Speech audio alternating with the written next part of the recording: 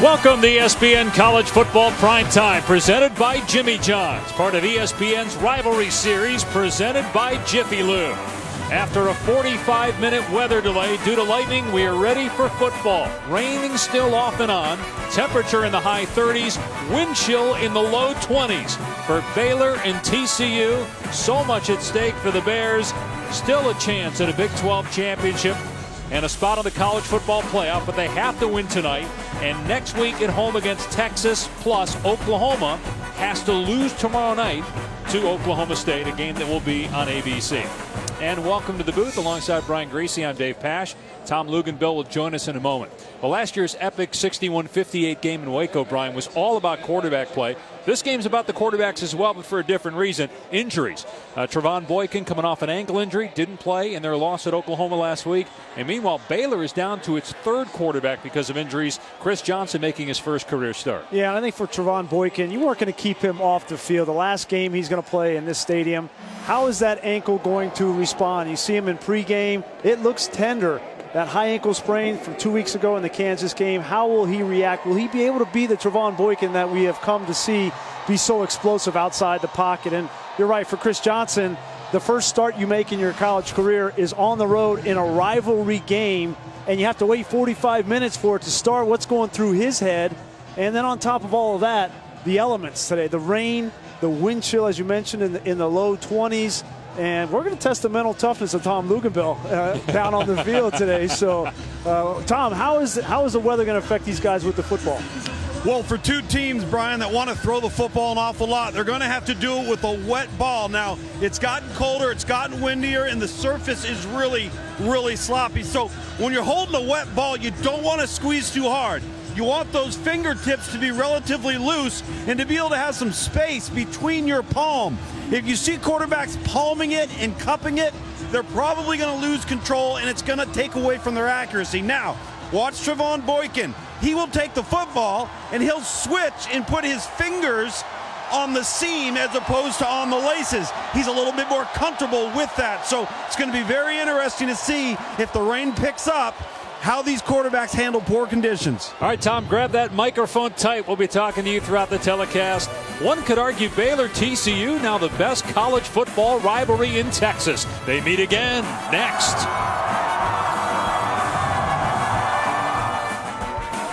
ESPN College Football, brought to you by Jiffy Lube. Experts around every corner to help you leave worry behind. Like that for a lot of these kids from Texas, as Jaden Obercrom will get ready to kick it off with the temperature at 39 and the wind chill at 23. Chance of rain 100%. It's been raining off and on throughout the day. Baylor won the toss and elected to receive, so we'll get a good look at Chris Johnson, a sophomore from Bryan, Texas, about 2.5 hours from Fort Worth, making his first collegiate start. TCU trying for its 10th win of the season, lost a heartbreaker last week at Oklahoma. Baylor won at Oklahoma State to keep its Big 12 title and college football playoff hopes alive.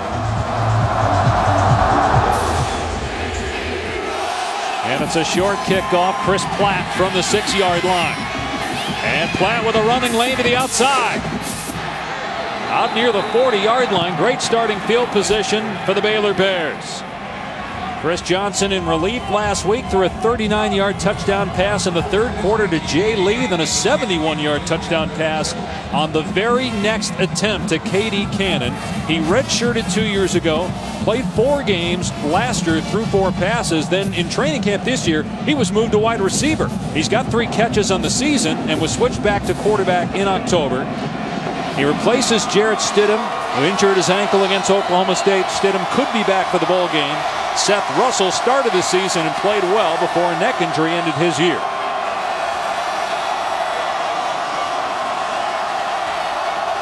Shock Linwood is starting for Baylor. He was battling an ankle injury himself last week, and on the first play, he's out to the 43-yard line for a 4-yard run, brought down by Mike Tua'ua. You know, the biggest difference for Chris Johnson is you're all week you know you're going to be the starting quarterback. It's very different than last week. You come in an emergency situation with Stidham getting hurt. How does he react and how are his nerves? Here's Linwood again, and he's out to the 47-yard line. It'll bring up 3rd down and short. And the best way to get rid of the nerves of a young quarterback making his first start is to run the football. And we know that Art Briles and Kendall Briles in this Baylor unit, that's a primary issue. It's Linwood again, and he's short. Knocked down at the 48-yard line. Ty Summers on the stop of Shock Linwood.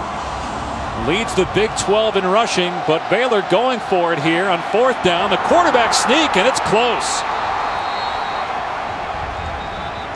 Looks like he's got it based on where the head linesman is standing. Some pushing and shoving after the play. No surprise given the fact that these two are rivals. Things have become really bitter the last 12 months between these two, including the painting of the RG3 statue on the Baylor campus, and then the Baylor students spray painting 6158 all over the TCU campus. Let's see if Johnson was able to pick it up here. It was Ty Summers coming in there with the hit for TCU. They're going to measure, and I don't know that I like that call from Kendall Briles, Art Briles, so early in the game. It's a rivalry game, and you've been pent up for 45 extra minutes in the locker room, and to come out in the first drive on your side of the field and go for it on 4th down, it's a risk. You got it though. First down, Baylor. Art Briles in his 8th season. He turns 60 next week. Consecutive 11-win seasons. They tied for the Big 12 title last year. Of course, left out of the college football playoff. They won the Big 12 2 years ago. They need help to capture the 2015 Big 12 title. Need 2 wins, and then also need Oklahoma to lose tomorrow night. Now they're going to review this further to see if indeed Johnson got the first down. This is really going to be hard to tell, though. Of course, you need indisputable video evidence beyond all doubt to overturn the ruling on the field. Yeah, and we see, whether it's on the goal line or short yardage situations like this, there's so many bodies in there, this is rarely ever overturned. Because you can't see the ball. Yeah. You got to be able to see the ball for it to be enough evidence to overturn. It'll be interesting to track, as we watch Chris Johnson rush for the first time. How much does he run the football in this game? That's kind of his strength, but he's the only healthy quarterback. After further review, the ruling on the field stands. First down. That's Mike Defee, the referee. To your point on Johnson being the only quarterback, his backup is a true freshman. The coaches really don't even know who he is. We're talking to some of the Baylor folks. They know his name, Zach Benham. They know he's from Aurora, Illinois, but that's about all they know. Well, I don't know that Art Briles actually knew his name.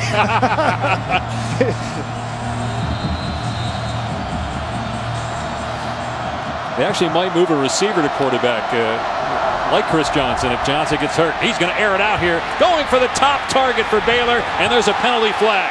Corey Coleman, one of the top receivers in all of college football, a finalist for the Biletnikoff Award, was interfered with by Corey O'Mealy. O'Mealy was in good position, and corners are taught to run these receivers out of bounds as part of the technique. Pass interference. Defense number 3. Cut the receiver's path off to the football. 15-yard penalty. Automatic. First down. You hear him say, cut the receiver's path off to the football. There's O'Mealy. Now he gets the arm bar, looks back for the football. I don't know about that one, Grease. I mean, Coleman's got a hold of O'Mealy's jersey. I think that's a bad call. That official couldn't see that Corey Coleman had his hand on O'Mealy. It could have called the other way. So first down inside the 40-yard line. Play action. Johnson and Katie Cannon on the catch at the 25 for 11 yards and a first down. Well, Chris Johnson was our 5th-ranked quarterback coming out of the class in the dual threat category, but he wasn't a heavily recruited player. It was all raw athletic ability, something that Art Briles felt that they could mold, and now that molding's starting to take shape as he gets his first start here tonight. And he's moving the team here. Penalty flag down. There was movement by Baylor.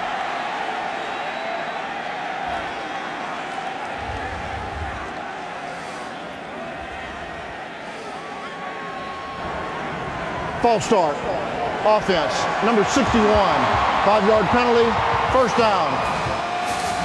No, Chris Johnson was not a heavily recruited player, guys, at quarterback. And most of Art Briles' quarterbacks outside of Jarrett Stidham have not been highly touted guys. And that includes Robert Griffin III. Go back to Houston, you had Case Keenum.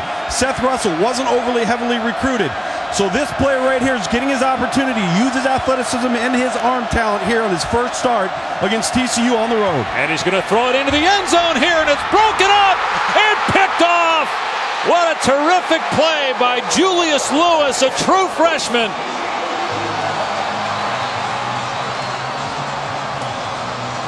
There is a penalty flag down, though, in the backfield. A great interception by Lewis. They've had all kinds of injuries on defense, but it's coming back. Defense number 94. 15-yard penalty, automatic first down. Josh Caraway not only negates an interception, but gives Baylor the ball now in the red zone. Boy, you get a huge play from Julius Lewis, and Caraway, number 94, just comes in late. It's 2 steps. I mean, that's pretty self-explanatory. Every defensive lineman knows that you can't hit the quarterback with 2 steps. 1 step, you're okay. And he takes away from a great play by the true freshman. And Baylor has scored a touchdown in every opening drive this year. The only team in the FBS to do it. That almost went by the wayside. Johnson running here inside the 10. Knocked down near the first down marker by Nick Orr. And Baylor's so good to start games. One of the big reasons they're 9-1. They lead the country in total offense and scoring. And this is the area of the field where Chris Johnson at 240 running the football is such an advantage. It's 2nd and short. Johnson slipped, but did get the first down to the 5. You see that field chewed up a lot because of the rain. And again, we had a weather delay of 45 minutes due to lightning. 1st and goal. And here's Linwood. Puts the head down and gets to about the 2-yard line. Stood up by Chris Bradley. This TCU defense playing much better of late. They've had so many injuries. They lost 6 starters entering the season and then lost a bunch more due to injury during the season. Linwood is knocked down in the backfield for a loss. Denzel Johnson made the play along with Pearson for TCU, bringing up a 3rd and goal. And that's a big reason why they're playing so much better, Dave, is Denzel Johnson coming down in that nickel linebacker position. He's been used a lot in the backfield by Gary Patterson, blitzing off the edge, that time unaccounted for, gets a tackle for loss. So it's 3rd down and goal from the 3-yard line. And Chafin plows forward and gets stood up at the goal line. And they're going to say he didn't get in. It'll be 4th down for Baylor. It was Davion Pearson in the middle of that TCU defense, a preseason all Big 12 performer that made the stick. It was Pearson and then Traven Howard, the linebacker. And again, for the same reason that you can't really tell on the 4th down at midfield if he got enough yards. Same thing here. You can't tell. And if you go for it on 4th and 1 at the 50, you know Art Browse is going to go 4th and 1 at the 1. Will it be another quarterback sneak with the 235-pound quarterback? The on the field was short of the goal line. The previous play is under further review. But to your point, if you can't see the ball, it's not going to be overturned. Devin Chafin, the ball carrier here.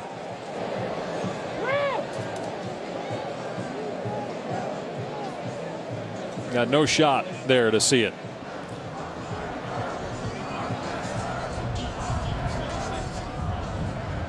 Well, give Traven Howard a ton of credit as well. You know, he moved from safety down to linebacker, and they lost both inside linebackers to injury.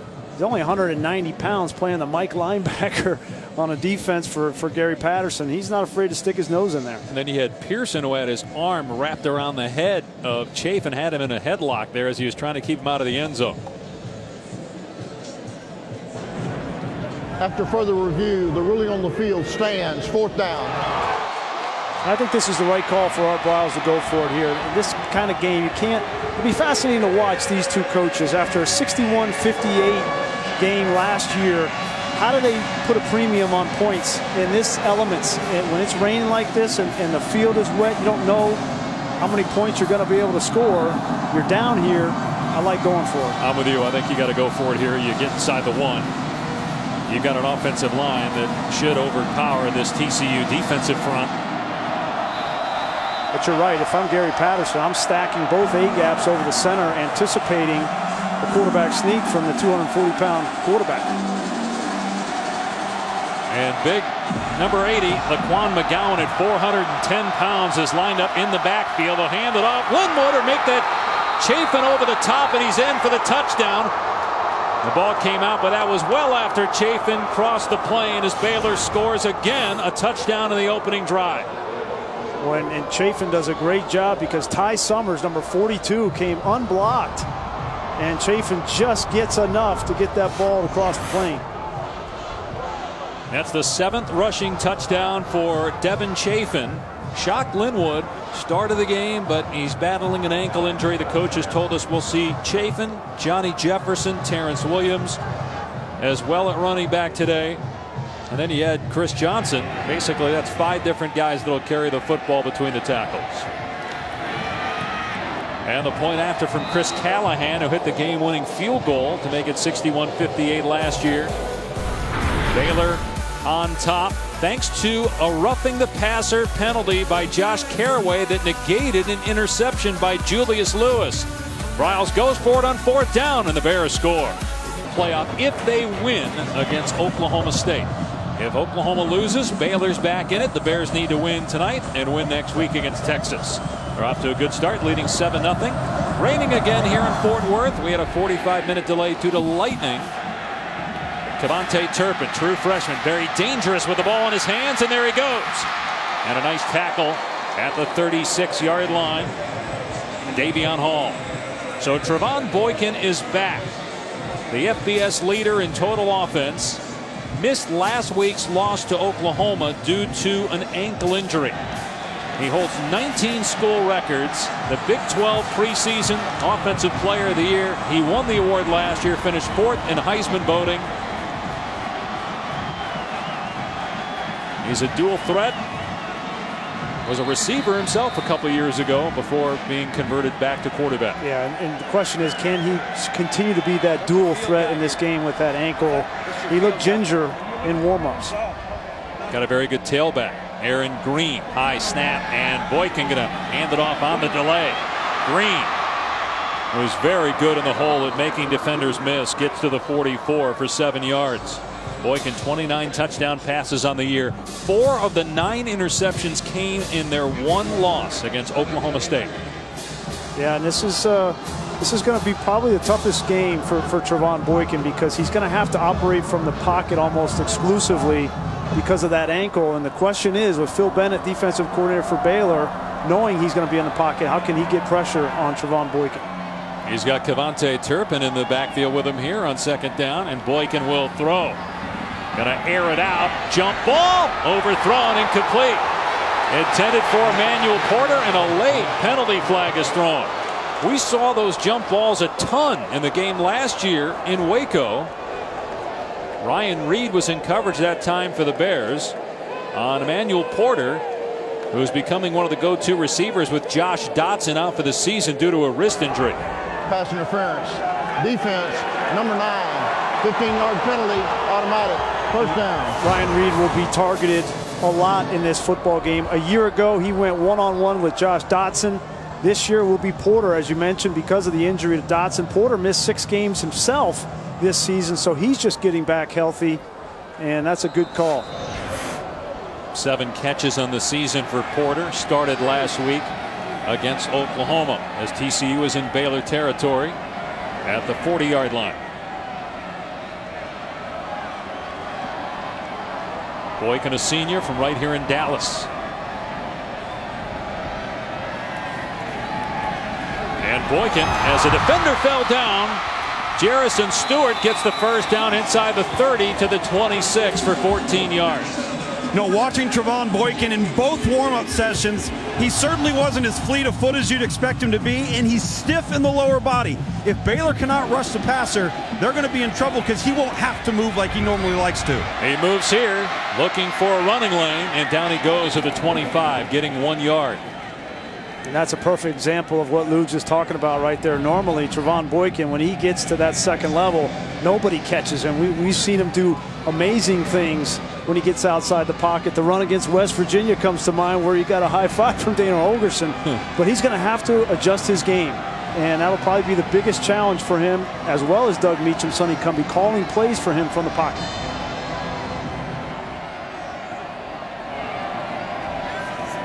Boykin, another pass play. He's going to fire into the end zone. It's caught.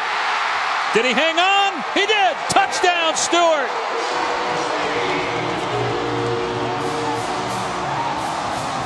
The first touchdown of Jerrison Stewart's career. The true freshman hauls it in.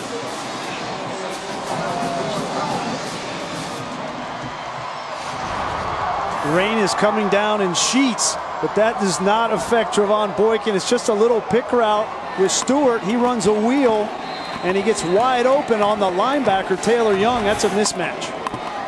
30th touchdown pass of the season for Boykin, as the receiver able to secure it all the way to the ground. Point after by Oberchrome ties the game at 7. Who knows? Maybe we get another 61-58 game. The elements don't bother these two teams. Presented by Jimmy John's Freaky Fast Sandwiches, and in part by Buick, proud partner of the NCAA. Windy, rainy, and cold here in the Dallas-Fort Worth area, and the National Championship Trophy presented by Dr. Pepper has made its way to Fort Worth for tonight's game. Baylor hoping to be in the college football playoff. 7th this week. They were number 10 last week, but then won at Oklahoma State 45-35. Baylor and TCU tied at 7. 6 minutes gone by here in the first quarter. This will be a touchback. Zamora takes a knee and will come out to the 25. Let's check in with Tom down on the field. Fellas, with conditions like this, the officials give each team, particularly tempo teams, the option to play with a wet ball throughout the course of the game or a dry ball. Both coaching staffs, Gary Patterson and Art Briles, have chosen to go with a wet ball. Now, what that means is if both teams are running at a high tempo with pace, they don't necessarily get to interchange the ball from the sideline. They're not always going to have a dry ball, particularly if the play ends between the numbers. And so they're at the mercy of having to deal with the elements to the utmost, and they can't change to slow it down during the course of the game. They pick one or the other, and they live with it. Wow, that's really interesting. Both these coaches value the pace on offense more so than the risk of turning it over.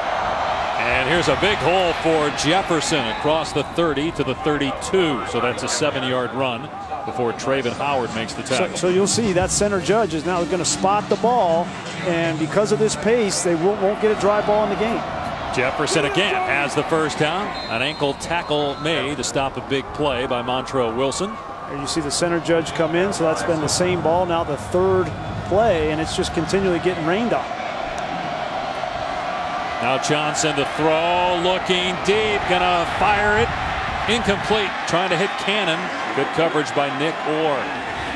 So when you consider you've got a wet surface, you got wet hands from the center, the pants of the uniforms are wet, and then every time the ball carrier goes down, he's cupping it with a wet jersey grease. This is going to be very difficult as these conditions continue to worsen. Well, and if I'm going to throw the ball, I'm going to throw it early in the drive before the ball gets wet, because that last throw on the third play of the series, that wet ball certainly affected Chris Johnson's accuracy. They'll run it here on the delay. Jefferson with a first down and more. Breaks a tackle at the 40. They finally knock him down inside the 20.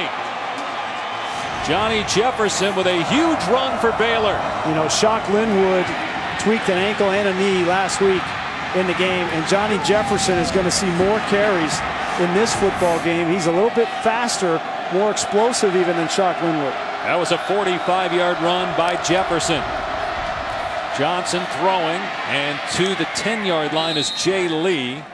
And harder to throw ball on a short route or a deep pass with that wet football? Well, they're all hard when the ball's slippery, but certainly when you got to be more accurate on the short throws, it's difficult. Sometimes the long throw is easier because you just throw it as far as you can. Quarterback run. Johnson runs over a defender and picks up the first down. Nick Orr giving up about 60 pounds to the quarterback, Chris Johnson. this is all new for TCU defensively. They don't know anything about Chris Johnson. They know he's a big kid, but they don't know how he's going to react in the hole. He put his shoulder down. Here's Chafin. Another touchdown for Devin Chafin. He's got both Baylor scores. 17 plays Baylor's run offensively, 14 of them on the ground. You can see Art Briles' points of emphasis this week in a rivalry game on the road with your third-string quarterback in bad weather. It's going to be who's the toughest up front. We're going to run the football in between the tackles. 7-play, 75-yard drive in a minute 27 for the top scoring team in the country. If they end up leading the country in scoring, it'd be the third straight year, and they'd be the first team since BYU from 79 to 81 to accomplish that feat. They've already got 14 points in half of the first quarter, both touchdowns by Devin Chafin.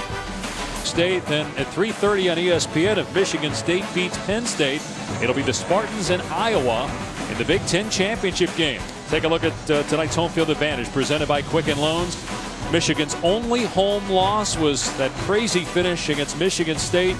And the last time Ohio State lost on the road, Urban Meyer wasn't even their coach. That's when Luke Fickell was the interim coach after Jim Tressel was let go in 2011.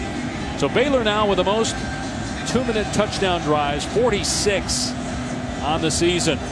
They're up 14-7 on TCU. Temperatures in the high 30s, wind chill in the low 20s. No more lightning though since it struck about 2 hours ago. Here's Cavante Turpin. Had a good return the first time, trying to get to the outside. And Hall had an angle on him, so he stepped out at the 33-yard line. TCU is at 20 starters injured for Gary Patterson's squad this year, including Ranthony Tejada, outstanding corner. Aaron Curry just got hurt recently. Here are the offensive starters, most notable Josh Dotson, the nation's leader in receiving yards per game due to a wrist injury, plus Joey Hunt at center, Jamel Nath at left guard. They've had a total of 30 freshmen, 15 true freshmen and 15 redshirt freshmen that have played. That's the second most total in the country of freshmen behind Rice with 31. Yet they got 9 wins. That's an outstanding job by Gary Patterson. I know the expectations were high this season, and you don't expect to lose that many guys. And Boyk into the air, coming off a touchdown pass. Another deep shot here. What a grab by Porter. Had the defender, Ryan Reed, all over him. And he went up high to pull it down for 32 yards. Well, you show Josh Dotson on the sidelines. This is the guy that they need to step into his position at that X receiver. Manuel Porter, who is taller than Dotson. He's 6'4", 210 pounds, and has the ability to go up and get the football. That matchup, Porter on Reed, will be something to keep track of all game long. 6'4", 210 pounds from Dallas, a sophomore. They're inside the Baylor 35. That's Turpin running into the backfield here. Boykin, Porter in traffic, made a catch, got crunched right at the first down marker by Reed and Waz. Keep feeding him. Yeah, keep feeding him. He's hot. Get him involved in the game. Like we said, he hasn't played a whole lot of football. Only 7 catches coming into this game. They need Porter to make plays if they're going to continue to keep pace on the scoreboard with Baylor. Second down and a yard. Aaron Green, who's got 1,100 yards rushing on the season, in the backfield with Boykin. But Boykin outside the pocket, a flag down, and Boykin did not get the first down. It's going to be a penalty on TCU. Yeah, TCU, you mentioned all those injuries. They've got 2 injuries up front on the offensive line as well, center and left guard. Offense number 68, 10-yard penalty, second down. That's on Joseph Noteboom, the right tackle. But Joey Hunt, their starting center, is out. Jamal Nath out as well. And this time on the right tackle, Noteboom. Be something to keep track of. You got a gimpy quarterback and 2 offensive linemen out, Dave. How is the protection going to hold up against a defensive front for Baylor with Oakman and Billings and Palmer that is active to the quarterback? And Billings right there, 75 in white. He's their best player on defense. Boykin airing it out. into the end zone and out of bounds. It was Turpin, and the back judge says it's incomplete. That was a heck of a catch. I don't care if he was inbounds or not. That was an outstanding catch. He's got such great speed. Wow. Couldn't tell that right knee, but that was close, a lot closer than you think. He definitely caught the football. The question is that right knee or right foot in? Play is under further review. It's hard to tell when he secured the ball, when he had possession, was that knee off the ground. Ruling the field is an incompletion. That's a lot closer than it looked live. It looked like he may have dragged that right toe. They're going to take a look. Again, you need indisputable video evidence, and you got the rain in front of you too here for our replay official Don Capral trying to make the call. The elements affecting the replay officials too. They're not immune. Let's see that right foot. Now, does he have possession? Has he secured it yet, though? Is that toe? I mean, I think he catches the football.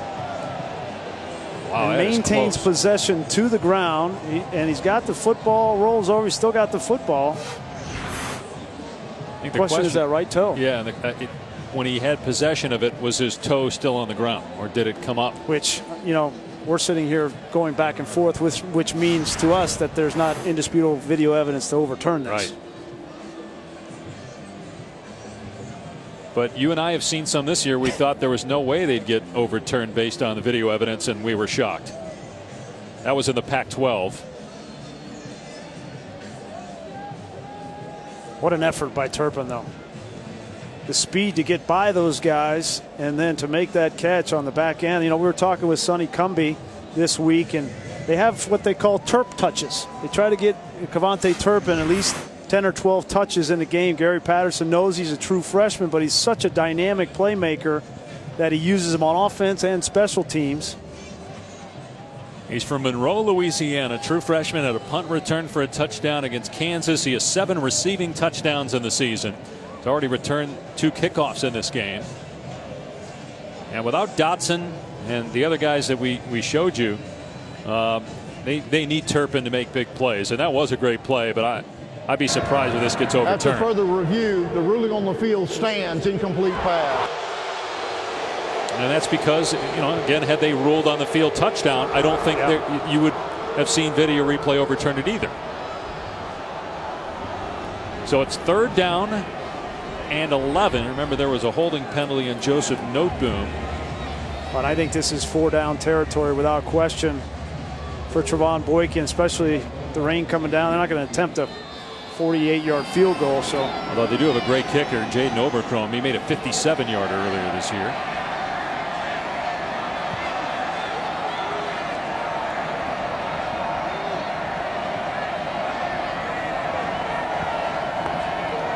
Three-man rush for Baylor. Boykin steps up and runs at the 30 and heads out of bounds, so he doesn't get the first down. It would be about a 48-yard field goal from here, or it's 4th down and 6. And Boykin going to stay on the field. So you like this decision by Gary Patterson? Baylor has gone for it already on 4th down and converted twice. I think you have to. It's unfair to put Obercrom out there. You know, I would say coming into the game, anything under 40-yard field goals you feel good with. But over that, I mean, it's dicey. 4th down and 7. It looks like Baylor's going to bring pressure here. No safety in the middle of the field for the Bears. You get one-on-one on the outside with Porter and Reed. Now they back off and rush 4. Boykin slings it incomplete. Not on the same page with Stewart, the receiver. And so Baylor takes over on downs. Great look on defense from Phil Bennett. There he is talking to Sells, the safety. But look at pre-snap. There's no safety back here. But then once they snap the ball, they're going to drop out and play a zone.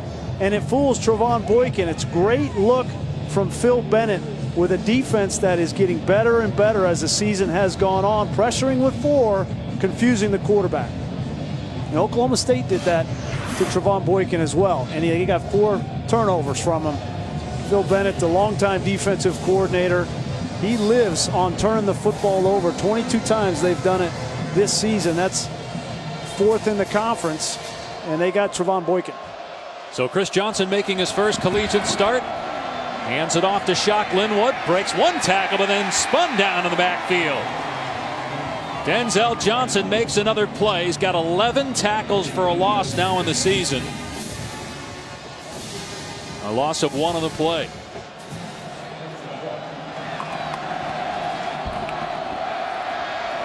And Johnson slips and down he goes.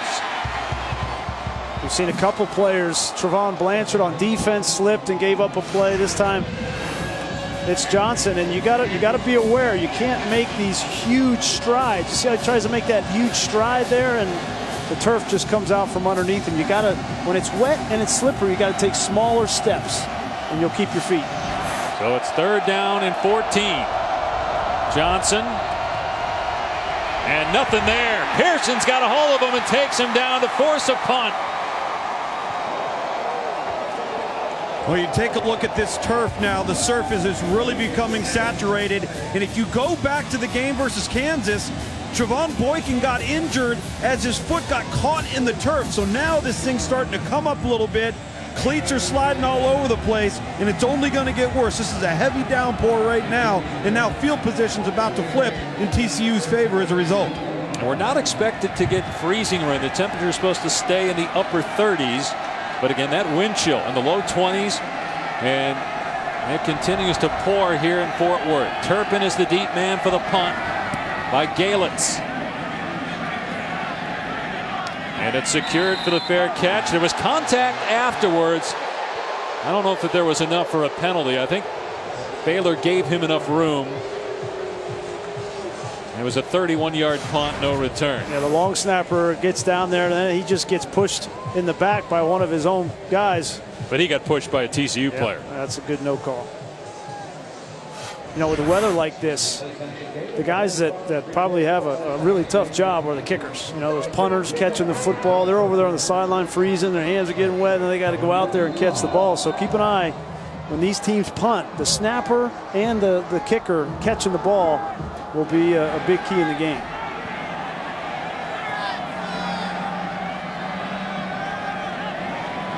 Boykin sidearms it out to Nixon.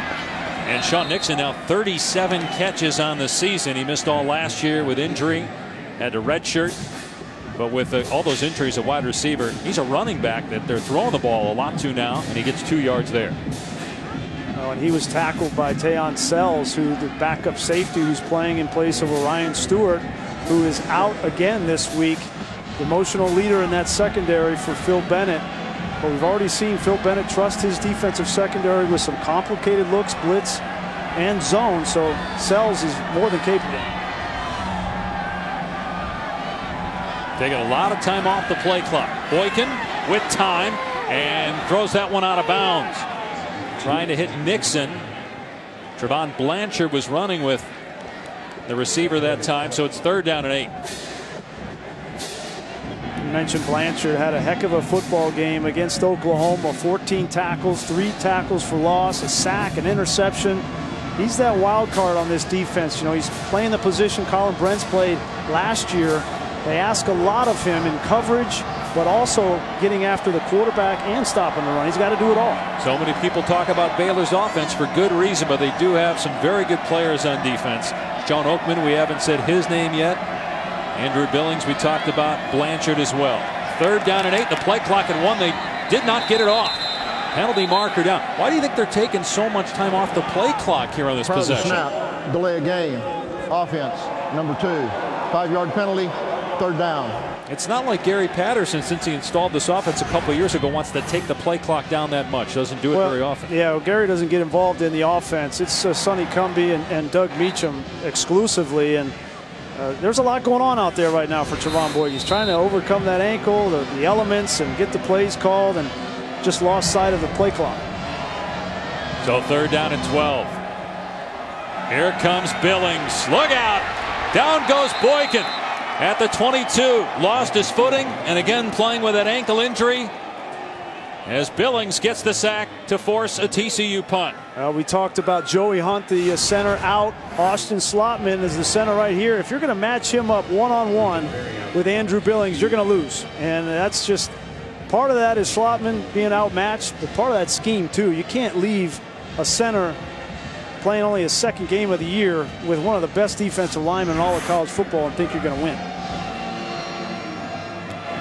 Links Hawthorne is deep. This is an excellent punt. Hawthorne muffs it. TCU appeared to jump on it at the 30-yard line.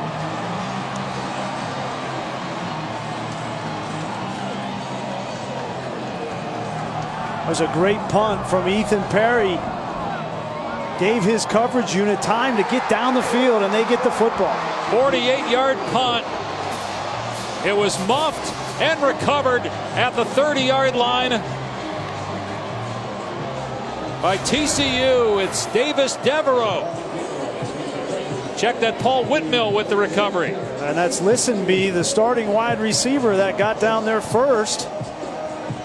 Great effort. You ask your starters to do everything, and Listenby getting down on punt coverage. You never know when that's going to happen, and mistake by Hawthorne. Look at the last couple of games, turnover margin for Baylor after a great start. -5 the last couple of games, but they won last week despite the turnovers at Oklahoma State. TCU ball now at the Baylor 30, trailing by 7 late in the first quarter. Here's Aaron Green, and Oakman can't make the play on Green, and he's knocked down at the 16-yard line after a gain of 4 or 5. Aaron Green playing his final game here at TCU, final home game. He's a transfer from Nebraska. Grew up in San Antonio. A 1,000-yard season. He's a dynamic playmaker. Just watching his last 3 games of film, you see him with the jump cut in particular. He made Oklahoma State and Oklahoma look silly with some of those jump cuts. The question is, with this kind of footing, will he be able to use his strongest weapon? 2nd down and 5. Boykin pulls it back, and the pass way overthrown. Intended for Porter. 3rd down.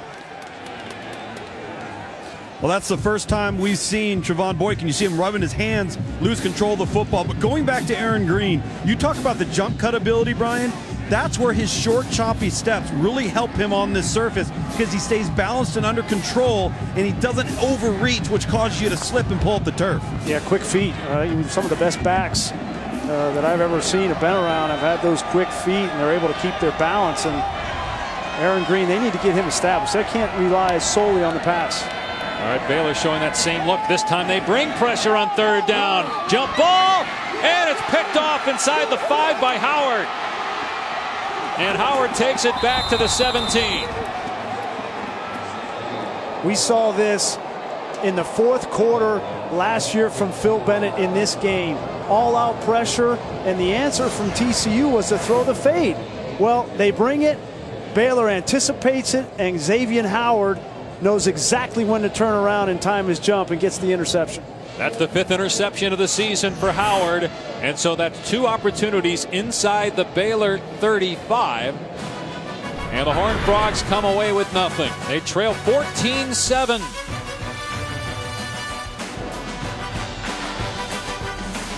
And college football playoff hopes alive, leading 14-7 at TCU. 111th meeting between these two schools, but only the second where both have been ranked.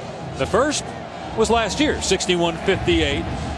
Baylor won in Waco after trailing by 21 in the 4th quarter. They're going to run it here. Corey Coleman getting the call on a rush, and he's out to the 33 for about 14 yards. Seth Russell took over for Bryce Petty, started the year, went 7-0, and then injured his neck against Iowa State. He's out for the year. Jarrett Stidham started 3 games, injured his ankle against Oklahoma State. He could return for the Bears should there be a bowl game or a playoff game, as Johnson throws it deep, and this is intercepted by Nick Orr.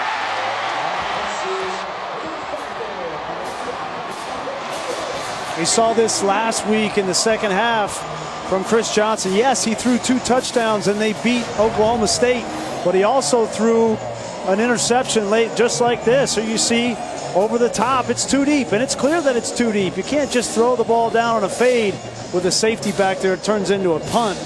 those are the decisions. You want to be aggressive, and you want to do what you do in your Baylor, which is throw the ball down the field to Katie Cannon and Jay Lee. But you also have to be smart and read the defense and not give the football away. So that's 2 interceptions now in the season for Johnson to go along with 2 touchdowns. And TCU gets it back.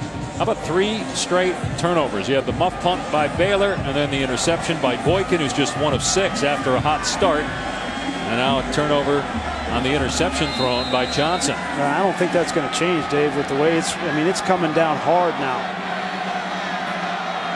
So does TCU try to keep it on the ground here? They will. Kyle Hicks off the right side. And Hicks slammed down by Oakman. Sells there first. It's a gain of 5. I really think Doug Meacham needs to get this run game going, whether it's Hicks or whether it's Green.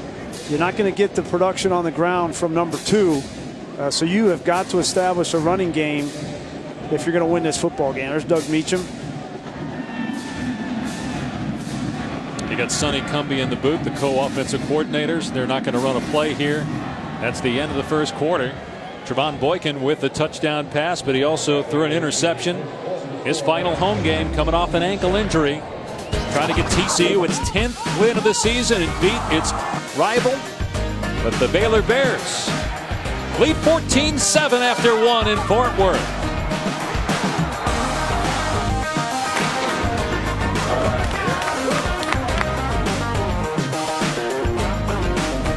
Field goal nets. Allstate makes contributions to participating universities' general scholarship funds for each field goal and extra point kick. To date, Allstate has contributed millions in scholarship funds. We welcome you back to ESPN College Football Primetime, presented by Jimmy John's, part of ESPN's rivalry series, presented by Jiffy Lube.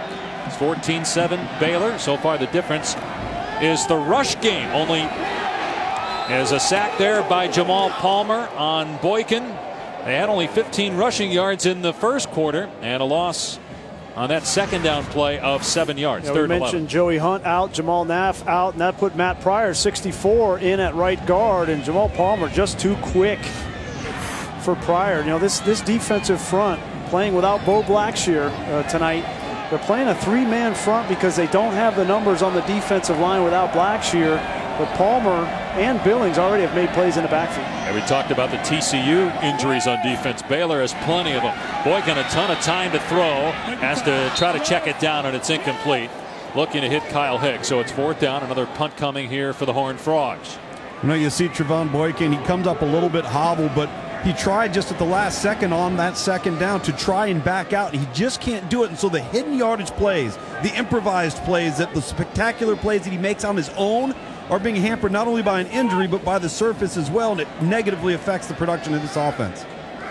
We've seen it affect the kicking game too, Tom. Baylor coming after it, and they got close. Hawthorne, who muffed the punt, wants no part of this one. It's on the other hash mark near the 30-yard line. That could have been fielded easily by Hawthorne, but he just ran away. That might be their strategy the remainder of the game, is not try to field these punts. Rival South Carolina. Florida State at 7:30. College football presented by Hilton Hotels. Both games you can also watch on the Watch ESPN app. So in the first quarter, only 2 completions, but really Baylor ran the ball so well. They had over 100 rushing yards in that first quarter. That was the difference. TCU can't run the ball. Baylor can. And here's Shock Linwood getting to the outside across the 40. Pushed out by Ty Summers after 12 yards. So Chris Johnson making his first start, and his 2 predecessors are here, both out with injury. Seth Russell down on the field, Jarrett Stidham in the booth. Again, Stidham could return for a bowl game for Baylor. Johnson, a sophomore, going to hand it off. Linwood with a big hole. It's another first down. Saw in the pregame, this is Chris Johnson. He's got Jarrett Stidham's number 3 there and Seth Russell's number 17 on his wristband. That's really cool. These guys are tight in that quarterback room, and you'll see that very often. Third-string quarterback come in and put the number of those guys on his wristband. Linwood, and they finally get him for a short gain. It was Traven Howard and Davion Pearson. It's a testament. Sorry, Dave. It's a testament to Chris Johnson that it's not about him. He's not coming in and say, okay, hey, it's my chance to shine, and I'm going to come out, I'm going to win more snaps and all this. No, he's out here, and first thing he does in his first start as a collegiate athlete is to honor the 2 guys that came before him. I think that's really cool. Getting the help of a solid run game so far. This pass incomplete. It was dropped by Davion Hall. We talk about that close-knit group, Grease. I was talking to Seth Russell before the game, and he said he just wants to help Chris Johnson out. He knows that he came in as a quarterback, got beat out, moved to wide receiver, comes back in at quarterback. Seth Russell just wants to be a positive influence on Chris Johnson and ensure that Chris Johnson feels comfortable in this role. Well, they just lost their center. Kyle Fuller just left the game, and as the quarterback Johnson tries to run, he lost the ball, and it's picked up by TCU. Josh Caraway on the run. They're not going to catch him. Caraway with a TCU touchdown.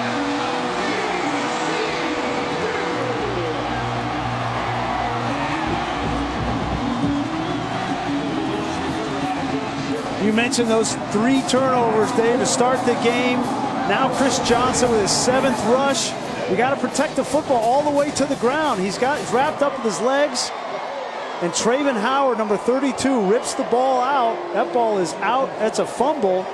And Josh Caraway, who gave up the first touchdown, if we remember, on that personal foul, late hit on the quarterback, is in position and makes a play for Gary Patterson. Great job by the official, too, to catch it, because if they rule him down and it's overturned, which now as you look at the replay you can see clearly the ball is out, then you don't get the return. But because they let it go, the official thought it was out, called it a fumble, the touchdown will stand as well. That left knee is still up and the ball is out. Yep. Traven Howard and Montrell Wilson on the hit. And Josh Caraway picks it up, shows speed. He had a big game last week, 2.5 sacks against Oklahoma. Made a mistake on the first drive with that personal foul. Yeah. After further review, the ruling on the field is confirmed. Fumble, touchdown.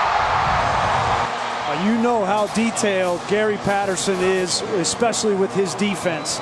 And in a game like this, you're coaching your guys on defense. If you get one guy to wrap up, the second and third guy to the football, got to go for the football, strip it out, because the conditions are going to give you ample opportunity to turn the ball over.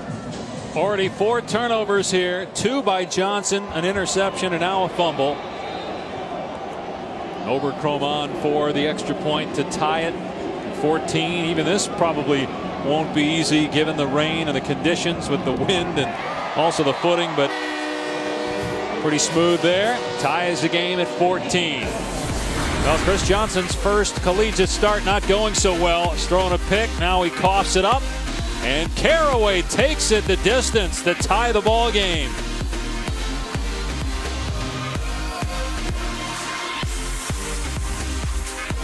That's the chicken sandwich. Our crew dinner at Ruth's Chris in the hotel last night.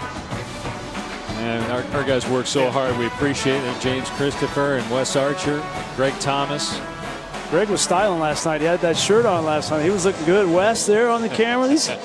Talk about these guys working hard out in the elements. Yeah, James. James, yeah. Luganville only had 3 plates last night. I was disappointed. I thought he might go for the 4th. That's why he wasn't pictured. We edited that part for yeah, you don't want to put him on television eating in any way, shape, or form. Hey, Dave, you want to come join these elements? Oh, this booth is nice and warm, Tom. Okay, I just wanted to. Is it dry? Good, good. All right, so we're in Tom's head. Is TCU in Chris Johnson's head right now? Well, Chris Johnson needs to get out of his own way here. Stop turning the football over. Protect it. And a pooch. This is live, and again it's slippery. And Zamora slides to the 26-yard line. I like that by TCU. Every special teams play is going to be exciting the rest of this game with the way that the elements are. But, you know, Baylor's got to get back to what they were doing so well, running the football between the tackles. And talking with Kendall Briles this week, you know, he said, I don't know how much we're going to run Chris Johnson because he's our only healthy quarterback. We can't afford to get him hurt. He's already got 8 rushes tonight. Kendall Briles is probably going to get Shock Linwood, Chafin, Johnny Jefferson back involved in this drive. He's got his center, Kyle Fuller, back on the field. Fuller was not out there on that last play. He went to the sideline, and Blake Blackmar was in the game.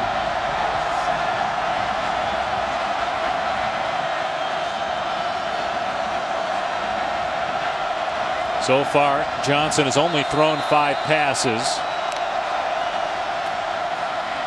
And here's Jefferson straight ahead, ripped down to the 31-yard line. Tackled by Bryson Henderson, a handful on the ground for Johnny Jefferson. You think about Baylor, you think of speed down the field. You don't think of this offensive line, but it is a strength. Jefferson gets drilled by Ty Summers. Now Pearson also getting off a block. So maybe a gain of 1, 3rd down. Well, to your point of this offensive line, their left tackle, Spencer Drango, he's an Outland Trophy finalist. Number 58 there. Jefferson upended. Traven Howard, who has moved from strong safety in the middle of the season. He's their 3rd different starting middle linebacker because of all those injuries, makes the play. Well, take a look. He has to avoid a lineman coming around. It's Pat Colbert, 69, avoids it. Between Ty Summers and Traven Howard, those 2 guys have stepped into that Mike linebacker position for Gary Patterson. With all the injuries they went through, this defense was on the verge of breaking down. Those 2 guys have really solidified and been the glue that's kept Gary Patterson's defense together this season. They keep the momentum going after the fumble recovery for a touchdown, and here's a bad snap. Galitz gets the punt away, and it's a really good kick. Fair caught at the 27-yard line. I think it was Hunter a good just snap. dropped it. Yeah, he was just Galitz just dropped it, and you got to focus. You have to have supreme focus, and when you're punting the football, you got to catch it like anybody else does. Had to move a little bit to his left, but not much there, but did a good job to scoop and get rid of it. 3 Baylor turnovers here in the first half. We're tied at 14. TCU with a 1st and 10 from his 27-yard line. Trevon Boykin leading the country. Total offense, yards per game, and there was not a running back there, so Boykin loses yardage. Trying to hand it off to Aaron Green, but he wasn't there. Our lows never stop improving. How Gary Patterson has improved. They were 4-8 2 years ago. He changes the offense. He goes to the spread and brings in a pair of new coordinators in Sonny Cumbie and Doug Meacham. Yeah, I think that was the right call for Gary Patterson. You see Sonny Cumbie in the middle there. And, you know, the thing I've noticed now 2 years with these 2 coordinators, and there's Doug Meacham, is that the offense and defense now are playing more as a unit, more as a team. They're not individual units, which I think is important. Here's Turpin off the right side. He gets stood up and shoved out by Taylor Young. It'll bring up a 3rd and long. What I mean by that is I think that Gary Patterson has learned how to coach with these 2 offensive coordinators. You know, defensively, they're going to be put under a little bit more pressure because if they go 3 and out in the up-tempo offense, they're going to be on the field a little bit more. But I think they've found that balance now, and Gary Patterson knows what to expect from Meacham and Cumbie on the offense. And Grace, they had to find the right quarterback for this system. The right quarterback happened to be a guy playing receiver 2 years ago, Trevon Boykin, and last year he ends up finishing 4th in Heisman consideration. Here's a screen pass to Kyle Hicks, and Hicks gets the 1st down out to the 40-yard line. That's a great call when the weather is the way it is to get the screen game going. You see the offensive line. You don't have to block Andrew Billings, their best player. You get Schlotman out front, Foltz out front, and get the ball in the hands of Hicks with an easy completion. First 3rd down conversion for either team here in the first half. We haven't had a lot of 3rd down plays to begin with. Just shy of the 40-yard line. Green. You see those jump cuts. Beautiful. Moves in the hole, and it's a gain of 8 yards. No, Dave, I've heard you reference, Trevon Boykin was a receiver 2 years ago. Other players that have come in at different positions and changed. That's Gary Patterson's recruiting philosophy. If they can run and they can play in space, he'll figure out where to play them once he gets them. That's the beauty of this team and how it's built. They want athletes. They want team speed. They'll build around their philosophy once the kids get on campus. I don't think he knew that Trevon Boykin was going to be as good as quarterback as he's been. Hicks has the 1st down. He gets stoned by Tayon Sells, but he does move the chains into Baylor territory. But one thing, though, when it comes to recruiting for TCU that you got to be so impressed with, is with the injuries that have occurred with this roster and the depth that all of a sudden has manifested itself. If this was 5 years ago and this was a team that was still in the Mountain West Conference, there's no way they could have survived it. That's how far they've come in a short period of time of building a talented roster with no drop-off as a result of injuries. When you go back to a handful of years ago, Andy Dalton was the quarterback. Obviously a lot different offense with Dalton at quarterback, now starring for the Bengals. Aaron Green slammed down by Blanchard, no gain. When you take a look at the recruiting classes for both Baylor and TCU, and you see the sheer numbers over the last few years, look at the number of high-caliber players that have come out of the ESPN 300 rankings for both Baylor and TCU, but maybe more importantly, there's still a lot of four-star caliber players that weren't in the ESPN 300 that are on both of these rosters. And so you see why the natural progression with both of these rosters have competed on a national level with everybody that they take the field against. The caliber of player has dramatically increased. Tom, the right guard, Matt Pryor, just went to the sideline with an injury, so Patrick Morris is in for him. We'll see what happens here on 2nd and 10 as Green slips and down at the 47 for a loss of 3. It's 3rd and long. Bad footing there for TCU. When we talk about distance in terms of your recruiting pool and where you got to go to get players, we touched on Nebraska several weeks ago on the challenges in recruiting to the University of Nebraska. You don't necessarily see those challenges with TCU and Baylor. Look at the model and look at the number of miles that just TCU in particular has to go. Gary Patterson and his staff can throw a rock outside of their office and hit a recruitable player. So that gives you huge advantages within your state, and you don't even have to leave not only the state, in many instances, the city. It's become arguably the best college football rivalry in Texas. 111th meeting as Boykin heads out of bounds. No running room. It's 4th down, and they're going to have to punt the football. Think about it. These two schools at one point were both located in Waco. It goes back to the 1800s when these two teams started to play each other. And back when they were both in the Southwest Conference and the Big 12 was expanding, they took Baylor instead of TCU. That still smarts the TCU fan base. They did not like that. The governor, they felt like the governor and Richards had something to do with it. And this rivalry has now gotten a little bit chippy, especially after 61-58 last year. And a lot of spray paint in both schools. As Hawthorne got out of the way of that one again. And so TCU and Baylor tied at 14. Midway fitting. Coach Corso said 9 a.m. as Herbie will call the Oklahoma State game with Chris Fowler on ABC 8 Eastern tomorrow night. Here in Fort Worth, TCU and Baylor tied at 14. Baylor trying to keep its hopes alive for a Big 12 championship. It needs Oklahoma to lose tomorrow night. Plus, the Bears have to win this game and then beat Texas next week. Here's Chris Johnson, just his 6th pass attempt of the game, and it's caught by K.D. Cannon right at the 1st down marker. We talked about the rivalry. 61-58 was the score last year. Now we're told that this is coincidence. You buy that? I love it. I don't care if it's coincidence or not. I love it. You know, you put those two guys together. That's two of the starting offensive linemen, Drango and Gerald Broxton. Corey Coleman taken down for no gain. They did pick up the 1st down on the last play. But there's no question that Art Briles likes to, rub it in a little bit. I don't know if that was planned or not, but those two guys, they're depending on this offensive line. We talked a little bit about it, but Art Briles is a physical guy. We know he's an emotional guy, and he wants to establish a line of scrimmage, and the offensive line is where it starts. High pass, and boy, if Julius Lewis was paying attention, he would have picked that off. So it's 3rd down and 10. Or 2nd and 10. They're starting to throw the ball here. It is 3rd down, excuse me. Yeah, when you try to fake and then get that ball out, the quarterback's not able to get his hands on the laces, Dave. That's what Tom was talking about in the pregame. And when you don't have your finger on the laces on a wet ball, it's almost impossible to throw it accurately.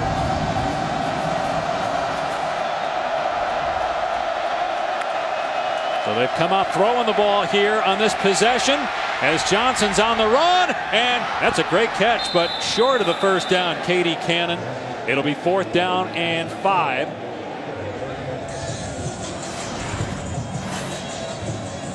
K.D. Cannon had a great game last week, over 200 yards. And you're right, he comes down with that football. Great catch. But they're well short. They're going to punt 4th down and about 5. It's a struggle for receivers in games like this because these receivers, Lee, Cannon, Corey Coleman, they like to get their rhythm. They like to run downfield and make splash plays, but it's just not going to happen when it's wet out like this. So they've got to keep their heads about it. This is Galitz's third punt of the game. He had 29 all season, the second fewest in college football. Fair catch by Turpin. Let's take a look at Phil Bennett defensively. They've gotten to inside the head of Trevon Boykin. This was a fourth down. They show an all-out blitz, and then they pop out and they play a zone behind it, which fools Boykin. He throws the ball into traffic, and it's an incompletion and a turnover on downs. Then they come back the next series, same look, all-out pressure, and they bring the blitz, and that tells Trevon Boykin to throw the fade, but Xavier Howard is in perfect position to intercept the football. Great example of Phil Bennett and how he mixes up his all-out pressure and his drop 8 zones, and so far he's gotten the best of Trevon Boykin. From the TCU 38-yard line, let's see if the Horned Frogs try to get the run game going. They throw it out to Turpin in the flat. The pass was behind him, and Turpin gets pushed out after a short gain, 2-yard pickup to the 40. You know, you referenced those couple of looks there, Brian, and if you go back over the tape the last few weeks and you look at how Oklahoma State D'd up TCU and how Oklahoma D'd up Baylor, it was the zone concepts that were the common denominator, the change-up, where you think you've got the one-on-one isolation route, you don't with over-the-top help, which led to turnovers and really created havoc for TCU and Baylor on offense against that type of defense. Boykin stepping up, and he'll run. And Boykin drilled from behind, lost the ball. Baylor has it. Recovered by Taylor Young. Another turnover. Great effort from Jamal Palmer, who just rushing the quarterback, Dave, and then comes up from behind Boykin. He's got a motor, and he's playing at a high level now. Phil Bennett talked about him coming back from an ACL from last year. Look at him coming from behind with that effort. Goes right for the football. Clearly out. So that's 2 turnovers by TCU, both on Boykin. 3 giveaways by Baylor, 2 on their quarterback. Great play by Palmer to punch it free. Palmer played only 5 games last year because of a knee injury.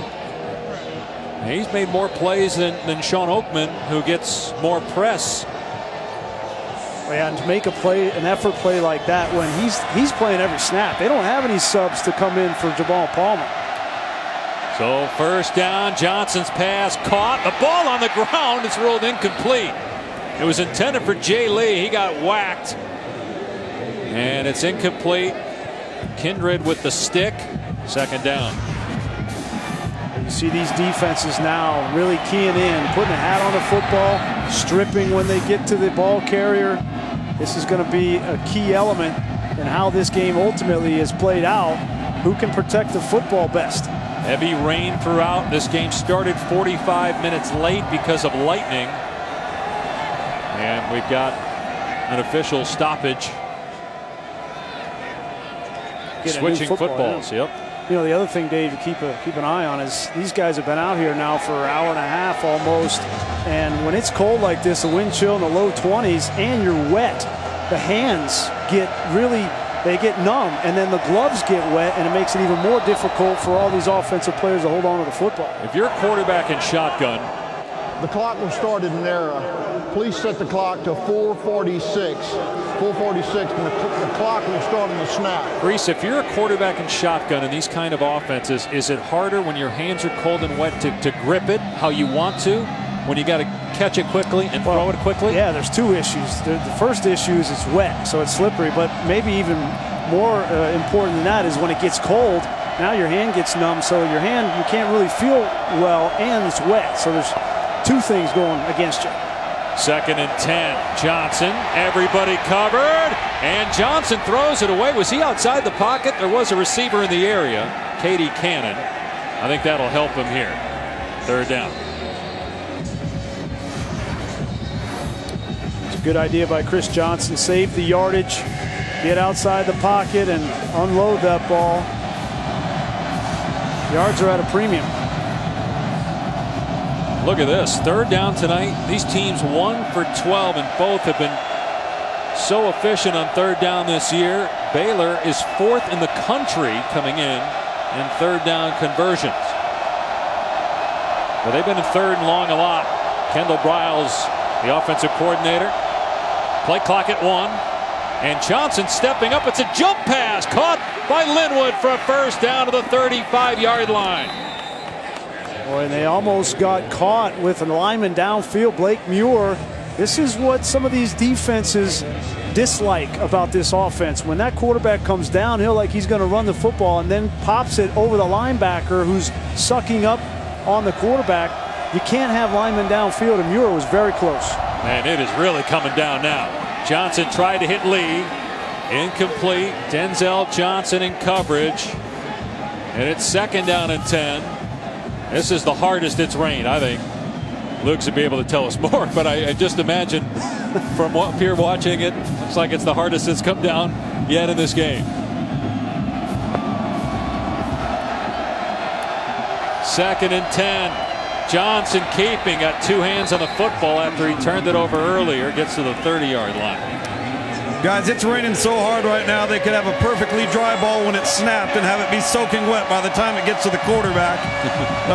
This is really debilitating. And right now, Chris Johnson seems to be handling it up until this point. Yeah, ball on the ground. Coleman scoops it up, and now they're out of field goal range. And Coleman is hurt. Corey Coleman, their best offensive player, a Biletnikoff finalist, shaken up on the play as he was taken down by Summers. And then there was another defender who came flying in, Mike Tua'ua. Watch this at the end. 93 hit Coleman right here. Yeah, right on the back of the head there, and that could have easily been called targeting. You got to remember, it's if you hit a defenseless player in the head or neck area with any part of your body, that's a targeting foul. That should have been called on Tua'ua. Only question is, was he pushed by Devin Chafin there? Chafin did give him a little bit of a shove, and I think that's why they didn't throw the flag. Art Briles is hot. He is hot. Corey Coleman's arguably his best player on the team, and when he sees him on the ground and then a defensive lineman comes and hits him in the back of the head, he has every right to be hot. And now a penalty marker is thrown. Delay of game. Offense. 5-yard penalty, 4th down. Let's see here if Chafin pushes Tua'ua. 28 in white.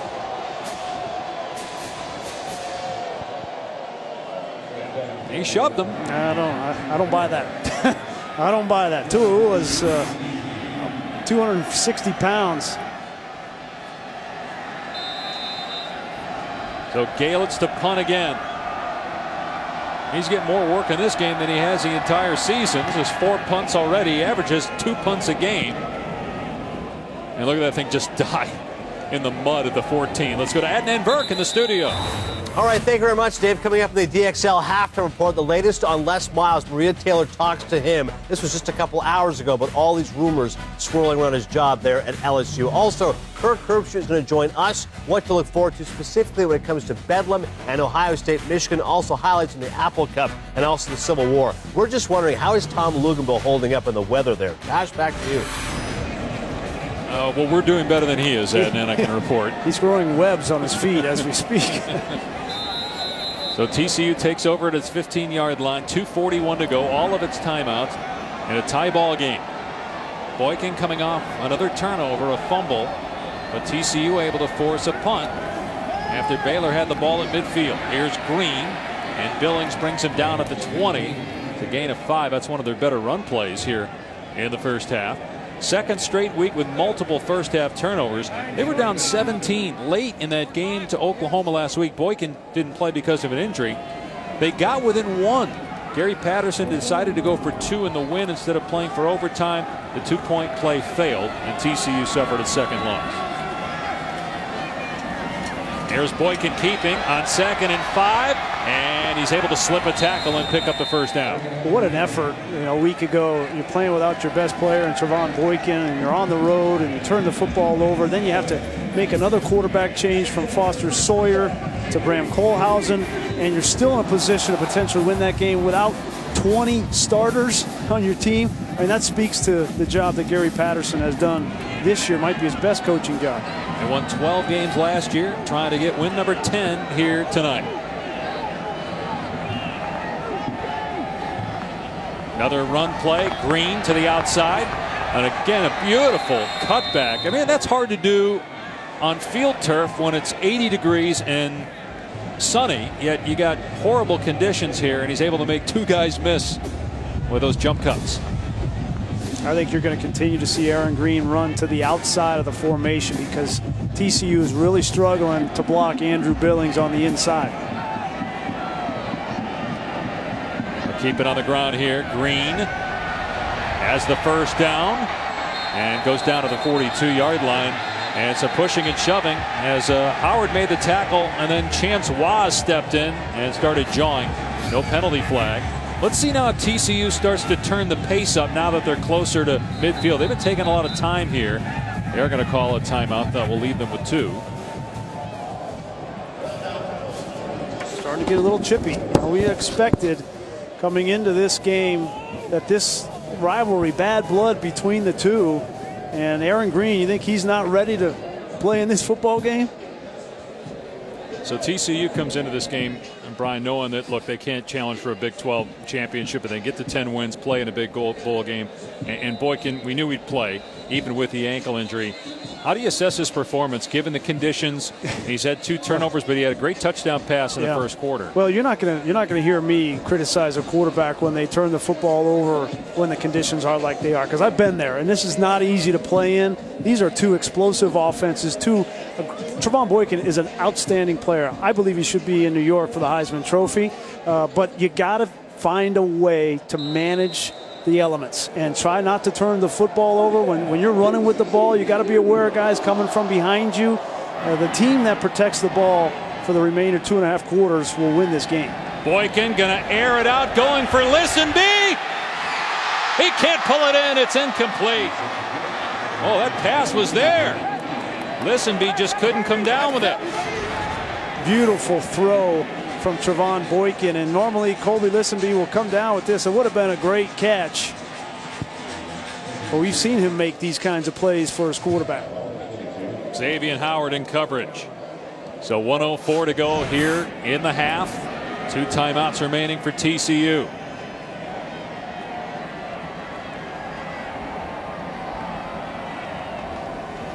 Here's Aaron Green. There's no running room, and he is hogtied inbounds by Oakman. There's Overcrom. Now he's got a 57-yard made field goal. The conditions were a little different when he kicked that one. He's tied for first in Pac-12 history with, or Big 12 history with Michael Honeycutt of Oklahoma for the most career field goals. I think they need to get the football back to Emmanuel Porter. He had 2 catches early on the opening drive. Why is he taking so much time here, Brian? Not sure. 3rd and 12. I guess if you don't get it, you're punting to Baylor. You don't want them to have any time. But Boykin off a pump fake has a wide open guy, and it's dropped. Porter drops the ball.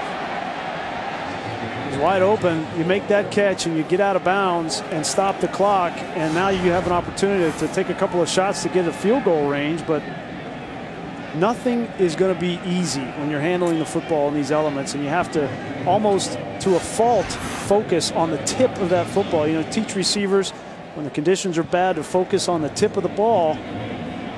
Porter let it go through his hands. Ethan Perry to punt. Baylor setting up to go for the block. Now they back off, and they got close anyway. And that's a horrible punt. Goes into the stands. Although to your point, nothing is easy. I guess we'll spare the punter there.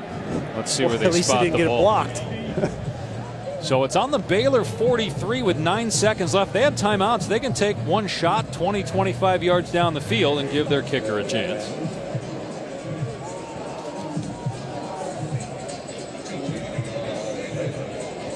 Boy, at the start of this game, both offenses go right up and down the field, and you think that it's going to be a score fest like it was a year ago, 61-58. But remember, TCU's only scored 7 points on offense that first drive.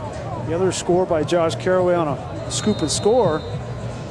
Be interesting to see in the second half how these teams adjust. You know, TCU defensively has been outstanding in the last 7 games. They've only given up 52 second half points.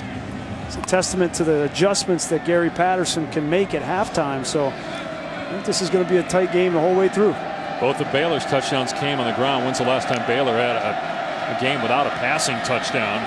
They throw it to Coleman, who's back on the field. He slips. And will they call a timeout? No. Art Briles lets the clock run out. That's the end of the first half here in Fort Worth. A spot in the college football playoff, perhaps at stake for Baylor, and a Big 12 championship if they can win the next two. And Oklahoma loses. We're tied at 14. Time now for the DXL halftime report. The lowest first half scoring for both teams this season, as we're tied at 14. We had a 45-minute lightning delay. It's been raining throughout, and the wind chills in the mid-20s here in Fort Worth as we welcome you back to ESPN College Football Primetime, presented by Jimmy John's, part of ESPN's rivalry series, presented by Jiffy Lube. Dave Pasch, Brian Griese, Tom Luganville down on the field, and believe it or not, there's been more turnovers than touchdowns in this game. When you think about last year's game was 61-58, obviously the weather is playing a huge factor. 5 giveaways and 4 touchdowns scored between these two teams. I got bad news for both teams. I don't think the weather's changing in the second half. It's going to continue to rain. It's going to continue to come down. You know, the story in the first half were the turnovers. Both quarterbacks threw interceptions. You know, this one by Xavier and Howard early in the game. Quarter red zone opportunity. This was just a poor decision by Chris Johnson. I haven't seen him attempt the ball down the field again since that throw, which was a bad decision into a 2-deep defense. Then this is the play of the game in the first half. Josh Caraway with the scoop and score ties this football game up at 14-all in the second half. Who's going to be able to protect the ball best? I think that's going to go a long way in determining who wins this game. Johnson threw for 58 yards, an interception. He also fumbled the ball away. Trevon Boykin threw for 97 yards and an interception, and also fumbled it away. Boykin did throw a touchdown pass in the game. 188 yards of total offense for Baylor, 148 for TCU. And remember, these two teams are first and second nationally. Baylor's on pace to set the FBS record for most yards per game, but under 200 in that first half.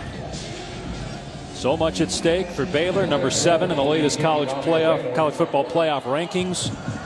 They need to win tonight, beat Texas next week, and Oklahoma would have to lose tomorrow night against Oklahoma State. Those are all possible. If that happens, Baylor would win the Big 12 and get back into the college football playoff discussion. TCU playing for win number 10 and hoping to spoil its rivals' hopes of glory. TCU will start an offense as we begin the third quarter. And this will be a touchback, and we'll come out to the 25 as we check in with Tom Luganville. Well, the recipe for both of these teams is to try and come up with some way of manufacturing field position and points. In these conditions, with both Art Briles and Gary Patterson, they know the obvious thing is to protect the football. But how can they schematically give their team an advantage if the conditions continue to worsen as they have throughout the course of this game? Temperatures are dropping, so protecting the football, getting field position, and keep in mind the kicking game is going to become critical, because in a tie ball game, if a field goal attempt has to be made, it's going to be dicey. And we saw one of those turnovers was a muff punt by Baylor in that first half. Boykin throwing, and couldn't tell that was going to be set up to be a double pass or not. That was thrown behind the line of scrimmage to Kyle Hicks, and Blanchard wraps him up for a 1-yard gain. You know, just to follow up on what Tom was saying there, I think the second half is going to be more mental than it is schematic, because you go into the locker room, you get a little bit warm, right? You get dry, and then you come back out, and now you're right back where you started, wet again, and the temperature drops. Which team can be most mentally tough, that can embrace the elements and thrive in them rather than allow them to affect you? Boykin running the option here on 2nd and 9. The late pitch as Green steps out at the 27-yard line. So only another yard or two. TCU just can't get the running game going. And, you know, Baylor in the first half, in that first quarter, had over 100 rushing yards, but TCU did a better job stopping the Bears' rushing attack in the second quarter. Look at the third down. There's a big guy in the middle, number 75, that has a lot to say about whether this TCU rush attack gets going. That's Andrew Billings, the Big 12 Defensive Player of the Week, the first time he's won that honor. Oakman drills Boykin, and listen, he drops the ball, but a flag. And Boykin is shaken up. Sean Oakman, who is a specimen at 6'9", 275, walloped Boykin as he threw that ball. Howard and Waz in coverage of Listenby. Pass interference. Even the rain affecting the microphone of Mike DeFee. Fourth down. They get Listenby, the receiver, for offensive pass interference. It's 4th down. Yeah, and Listenby was down there with Xavier Howard. Howard ended up on the ground.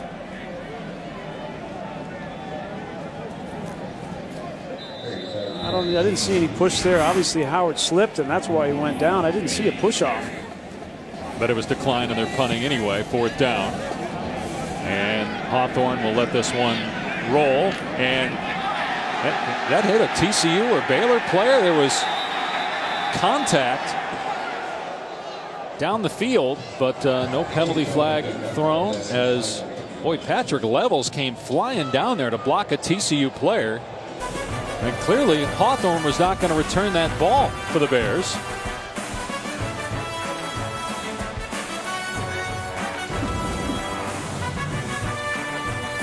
Perhaps for Oklahoma State and Oklahoma, Bedlam. 8 Eastern on ABC tomorrow night. The Sooners can clinch the Big 12 title with a win. Here we're tied at 14. Baylor's first possession of the 3rd quarter with Chris Johnson, the 3rd string quarterback. Injuries to Seth Russell and Jarrett Stidham. Johnson making his first start, and he hands it off here to Shock Linwood. And a big run on 1st down. Gets about 7, brought down by Traven Howard. You know, Shock Linwood needs to get going here in the 2nd half. Take the pressure off of this first-time starter, Chris Johnson. Run between the tackles. Well, he marked him down, only a 5-yard gain there. That pass intended for Jordan Feuerbacher. They're down in their tight ends because Gus Penning's got a shoulder injury, so Feuerbacher, who was going to redshirt, is playing today. So 3rd down for the quarterback, Chris Johnson. Threw only 4 passes last year and 10 this season coming into this one. Now you got to be smart. Chris Johnson is probably not going to come out and win the game in the 2nd half. He's got to manage the game well if he wants to win. Johnson hit his pass low and incomplete, intended for Cannon. Another 3 and out. It's got to be hard on those shotguns to grip the ball, fake the handoff, and then throw the football and throw a spiral. That thing wobbly. Cannon. It's hard for teams like Baylor that have been so good. It was close. That have been so good, Dave, offensively, throwing and catching and scoring. They lead the country in total yards on offense and points. It's got to be hard for them mentally not to be able to even complete a simple hitch pass because of the elements. So that's why I said mentally it's going to be big. 5th punt by Galitz, and Turpin's done a good job of those fair catches. It'll be TCU ball when we come back. Still tied.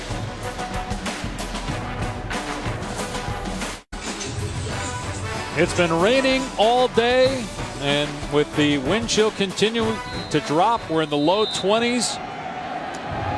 Been a huge factor. Both teams with 3 3-and-outs, which is a lot for these high-scoring teams. 2 of the top offenses in all of college football held to 2 touchdowns apiece. And here's a run play to Aaron Green across the 30-yard line, picks up 5, brought down by Blanchard. Each team has punted 5 times, which is abnormal for these 2 programs. Yeah, you see Baylor, they don't punt hardly at all. The only team that doesn't punt less than them is Navy. But these punters are going to be a factor in this 2nd half because they're going to have to be out there working. And Drew Galitz for Baylor's already dropped 1 snap. TCU's got a new deep snapper because of injury, but Bryson Burnett has done a really good job so far. Boykin with a pop pass, and it's pulled in at the 48-yard line. Dominic Merca with just his 3rd catch all season. Yeah, Tayon Sells may have intercepted this pass, but he slipped right there, 26. He was going to intercept that and potentially go the other direction for a touchdown. So you see the elements not just only affecting the offense, but defensive players as well when they try to change direction. First down to the 47-yard line. Keeping is Boykin, playing with that bad ankle, and down he goes. Chance Waz makes the play at the line of scrimmage. We're so used to seeing Boykin getting outside and making plays, and obviously the field, the weather, and the ankle all a factor and no yardage there for Boykin. Yeah, that part of his game is not going to be a part of this game.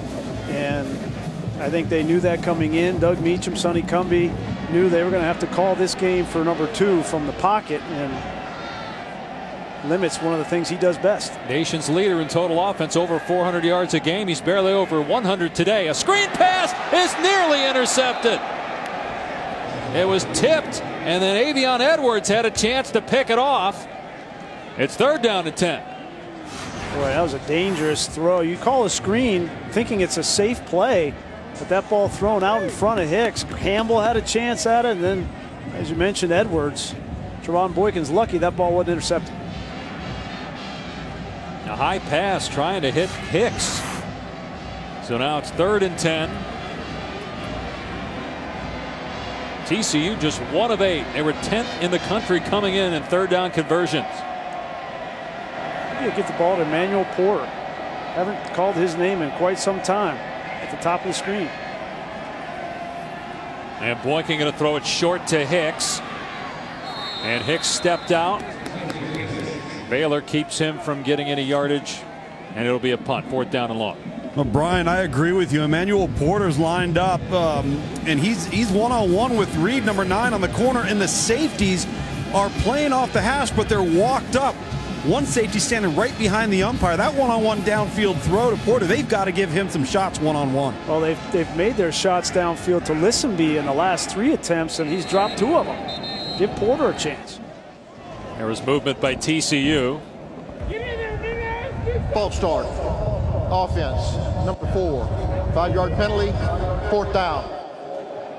And you talked about it, at some point, a special teams mistake. Bryson Burtnett is the long snapper. He was they have 2 different snappers for short field goal attempts and point afters, and the long snapper, Matt Boggs, is out for the year with injury, but Burtnett continues to do a good job. Gets it back to Perry. And this will bounce inside the 10, and TCU is going to down it inside the 5. Right on cue. Good snap, good punt, good coverage, and Baylor backed up. That's a huge play for TCU. You don't talk about punters affecting the game very often, but Ethan Perry and Burtnett executing to perfection.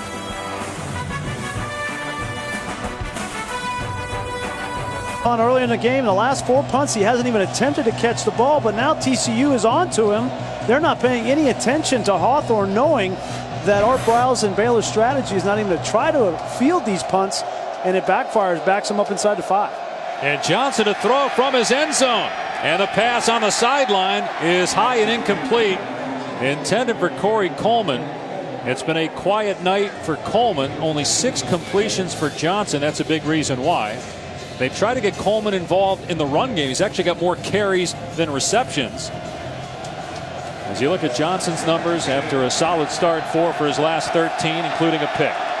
They blitz off the edge, and Linwood able to keep the feet moving. He was hit by Denzel Johnson at the point of attack, but able to pick up about 5 yards. Normally you don't talk about field position really mattering for this Baylor offense because they score so fast, but this is a big 3rd down for TCU defensively if they can force a punt from their own end zone. Johnson gonna fire it deep, going for Cannon, and he overshot him. So 4th down, and Baylor will have to punt from its own end zone. This has turned into Iowa-Nebraska. Punting, running the football, the only way to move the chains. Well, I think team can complete a pass. Yeah, and I think it's going to come down to the small decisions, the small plays, the special teams plays. Art Briles' decision to have Lynx Hawthorne not field any of these punts was a big decision, and Gary Patterson, Ethan Perry, the punter, took advantage of it. Now they're going to get the ball in great position. So why not put somebody back there who can catch the punt that you trust? Corey Coleman, perhaps. He has returned some punts this year. This is a good kick by Galens. Excellent job. Fair catch made at the 48-yard line by Turpin. 43-yard punt. Let's look at the college football playoff rankings brought to you by Chick-fil-A. Baylor moving up from number 10 to number 7 this week. Iowa won today at Nebraska to go to 12-0. Oklahoma's at Oklahoma State tomorrow night. What do you, if any, do you see as an upset perhaps in the top 10 this weekend? Well, I mean, there's a lot of game. Notre Dame and Stanford. I think Stanford has a great shot in that game because of the injuries to Notre Dame, the way that Christian McCaffrey has continued to come on and play his best football down the stretch. That'll be an interesting game. Although I don't know if you'd call that an upset, right, if Stanford wins that game. Here's a pass out in the flat to Nixon. And Baylor doing a good job running to the football. So a gain of about 3 that time. Chance was on the hit. Well, Michigan, Ohio State. But Ann Arbor. Well, Michigan's favorite. Did you not know that? So you're saying it would be an upset? That would mean that's not an upset. So I couldn't pick that one. You'll be there for that. Yeah, I'm looking forward to that. It's going to be the first time I've ever been as a fan. Called it last year. It was a ton of fun. It's going to be epic battle between Jim Harbaugh, Urban Meyer. On 2nd and 7, they run Hicks, and nowhere to go. Drilled to the point of attack. And also heavy hearts for anybody involved with the Michigan program with the death of Lloyd Carr's grandson. Chad Carr passed away Monday, and got to know him a little bit, and his family, Tammy and Jason Carr, wonderful people. And Tom Curtis, you know, the legendary Michigan player, is also Chad's grandfather from Tammy's side. And they're going to have the funeral service on Sunday. Only 5 years old. Here's 3rd and 7. Boykin waiting, directing, almost falling, getting hit, throws downfield, and it's picked off. No, incomplete. Dropped. Sells couldn't hang on, and Boykin injured. Boy, start to wonder with Trevon Boykin. You know he's struggling. He's made these plays his entire career, made guys miss, but at some point you got to realize that you're not 100% and you need to get rid of the football. He's trying to do too much right there and may have aggravated that ankle. His backup, well, it's one of 2 guys, Bram Kohlhausen or Foster Sawyer, both played last week. This time they have Hawthorne under it, and he is able to pull it in. Well, after we're done here, stick around for Sports Center at night with Steve Levy and John Buchagras. They'll have complete coverage of all the action in the NBA. The Warriors going for a 17-0 start. Also a look ahead to the weekend of college football. A lot of college basketball going on today. It's interesting that Art Briles got in Lynx Hawthorne and said, listen, man, we got to catch the ball. You got to catch it. And that might be one of the most important plays as this game goes on, is the battle between the 2 punt returners, Lynx Hawthorne and Cavante Turpin, who can catch the ball. 5 turnovers so far in the ball game. Special teams have been an adventure. It's been raining throughout. Midway through the 3rd, we're still tied at 14. It was 14-7 halfway through the 1st quarter. Johnson's pass is pulled in. A flag comes down. Coleman wrapped up at the 19-yard line, a 6-yard gain if it stands.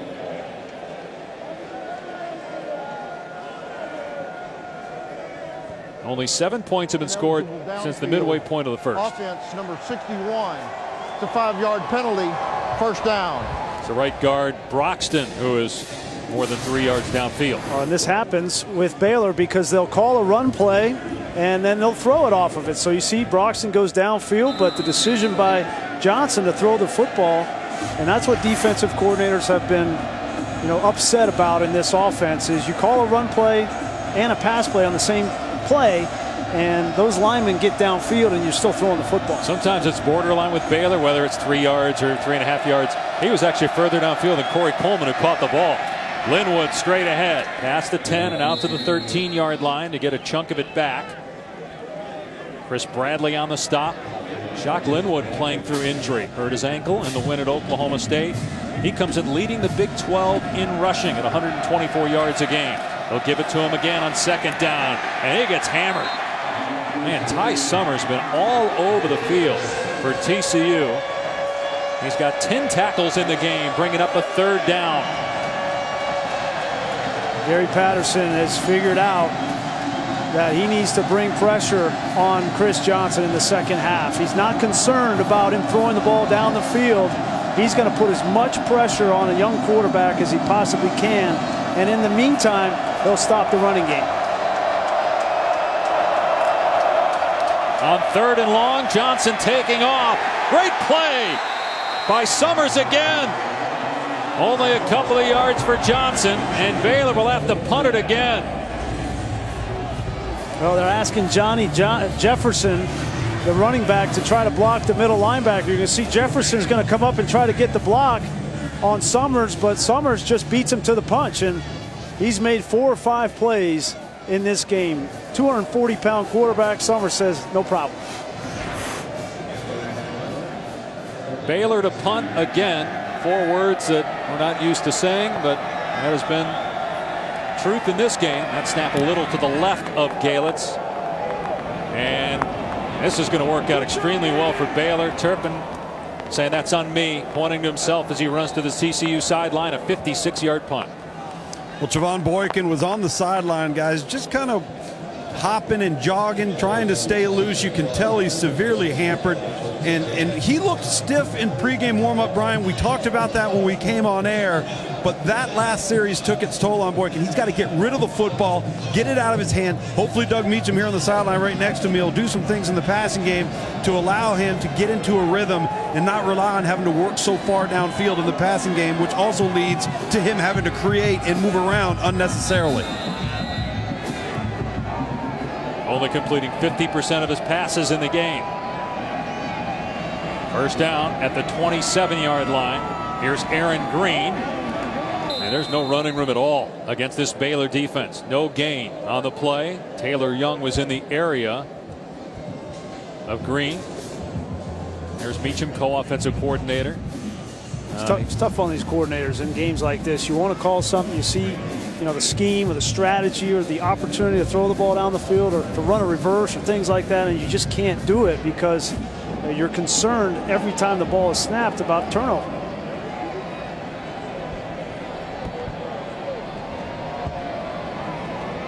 Green again, this time finds a running lane. It closes quickly though.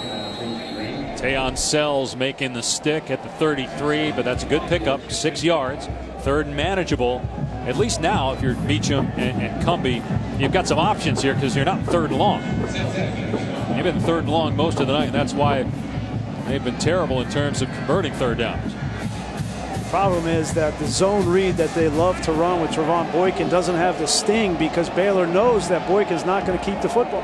They're 1 of 10. Baylor's 1 of 11 on 3rd down, and Green won't pick it up. Brought down by Sells, short of the 1st down. It's 4th and 2, and TCU will kick the ball back to Baylor. Eventually, you're going to have to throw the ball down the field, and I know that there's not a high likelihood of completing a bunch of these balls down the field, but you got to try because you just can't keep running the ball into the middle and 3 and out every single series. Think about it. The last offensive score came midway through the 1st quarter. TCU tied the game on a defensive score in the 2nd quarter. Perry's punt will roll inside the 30-yard line and stop around the 23 of Baylor. Scoring recap. Well, this will be a quick highlight package. Rushing touchdown for Devin Chafin. Boykin comes back, throws a touchdown pass. This was in the 1st quarter. Tied the game at 7. Chafin makes it 14-7 Baylor. That was a score at the end of 1. But then Johnson fumbles. Caraway returns it for a touchdown to tie it up.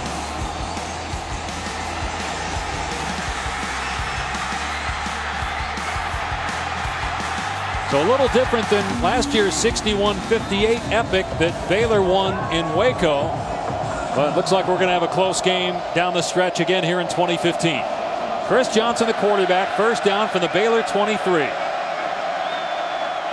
He's only completed 6 passes in this game, thrown just 17. They're going to keep it on the ground.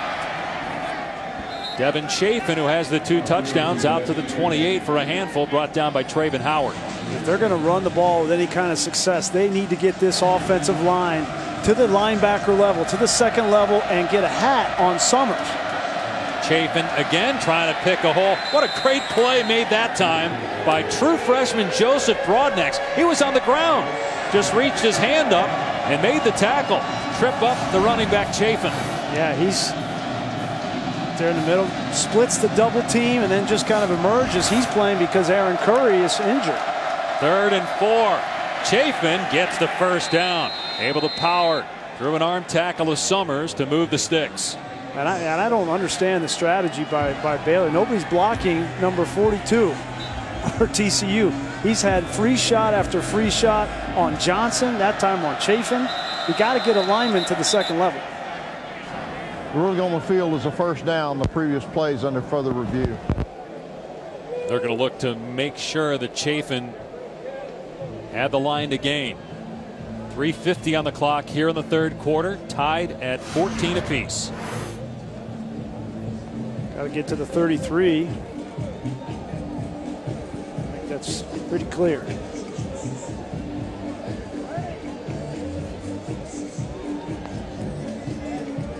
And the right knee is down, but from that angle, hard to tell where the ball is. But it seemed like he was pretty well past the first down marker when he went to the ground. So what's it going to take in a game like this, Brian, to get the winning score? Neither team can move the ball right now. It's all about punting and whether a team makes a mistake or not. After further review, the ruling on the field stands. It might not be a big play on offense that wins the game, right? I mean, it's tough out here. These elements, this is as tough as it gets. And I've played in a lot of different environments and weather, and when it's like this, there's no tougher environment to play a football game in than when it's raining hard and the wind chill is in the low 20s. I mean, this is as hard as it gets. Does it feel like that 5-0 win against Purdue you had back in '95? Yes. You were great that day, by the way. All 5 points. First down in the 34. Chafin, and Summers wraps him up, but that's a 6-yard run. No, we've talked about how the kicking game can get affected, and Dave, you asked, what's it going to take? Well, with all these high volume of punts, at some point or another, the riskiness of that ball getting on the ground off of a punt could change this game, certainly in field position. Well, they're keeping it on the ground, Tom, and Chafin gets the first down. And they have more punts in this game than completions. I'll bet that's never happened in the history of Art Briles coaching football at any level, going back to Stephenville High School. A combined 15 punts. Now this is going to be a pass for Johnson. Going to throw it deep. Incomplete. Almost intercepted by Derek Kindred. The intended receiver was Chris Platt. These are the passes that Chris Johnson completed last week. The problem is that it's taking so long for the ball to get down there that the safety, Kindred, has plenty of time to get over there and make a play. The receiver was open, beat the corner.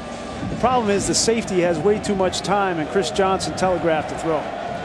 If this is Stidham or Russell, is it any different? No, I mean, it might be a little bit different, but it's tough for everybody. Ball start. False start. Offense, number 69. 5-yard penalty. 2nd down. Now you start to press if you're an offensive lineman, right? Pat Colbert. With that being said, probably the easiest throw to make in these kind of conditions is that ball down the field, because you don't have to be as accurate. If it's short, it gets caught up in the rain or the wind, at least your receiver can fight back to the football. There's McGowan running into your screen at 410 pounds. See if they try to hammer it off that right side with Chafin. McGowan has caught 2 passes this year. I don't know if they're going to give the big guy a touch, though, in these conditions. Johnson going to throw it deep again. Incomplete through the hands of Katie Cannon. Again, hard to track for the receiver. There was contact with Julius Lewis down there. So it's 3rd down and 15. But I like the approach. I mean, throw it down there. Let Cannon see it. It's short, as we talked about. Let him come back and try to make a play. And, these are some of the best wide receivers in college football, between Coleman, Lee, Cannon. They're your best players. They got to make a play for you.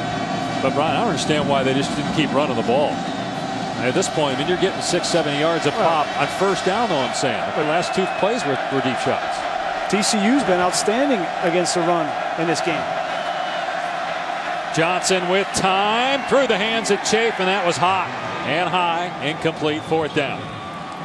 This is clearly, I don't know if you guys can see it from where you're at, the hardest we have had this downpour throughout the game. It's also the windiest down here. Brian, you referenced that ball taking so long to get downfield, and he's also throwing into a pretty decent wind, and it's swirling down here. These coaches, I'm on the TCU sideline right now, and Doug Meacham, who's normally very reserved as the offensive coordinator, very frustrated right now because there's nothing he can do. He feels like he can't help his football team offensively, and certainly the Baylor coaches feel the same way. The better punter might win the game. Didn't think that would be an issue coming into tonight. Great job there by Galitz, pinning TCU inside the 10. It's a 52-yard boot. Well, these players aren't the toughest individuals tonight. These are the tough ones here. I mean, you're going to talk about cold. Now, you get wet and cold, they're still dancing. Yeah, Tom asked earlier, I don't know if we can see it. I don't even know that Tom can see it from down there. It's raining so hard right in front of your face. And I think that's got to be hard for those receivers on the deep balls just trying to track the football. So now Trevon Boykin standing on his goal line in a puddle. First down at the TCU 6-yard line. Green has a hole at the 10. One of the best runs of the night. Howard on the stop. But it's a 14-yard pickup for Aaron Green.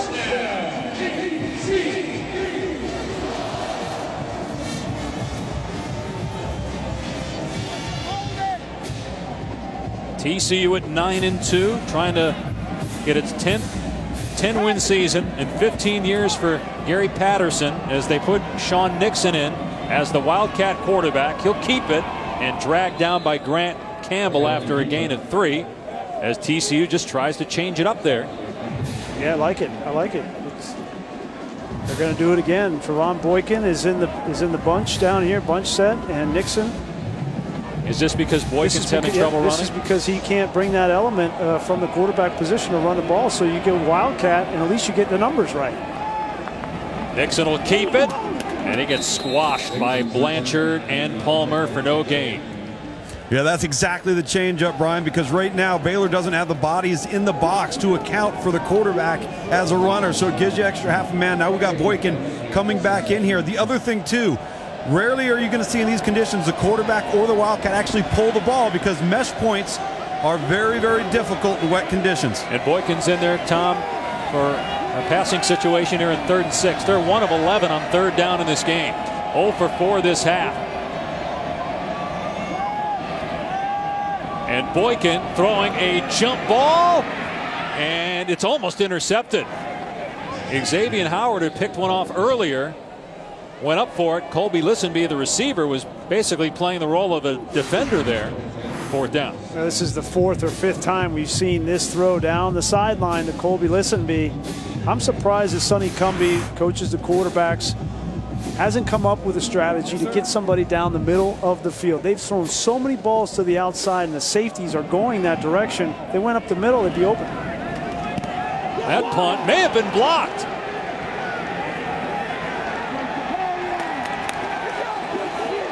We said the better punter might win the game.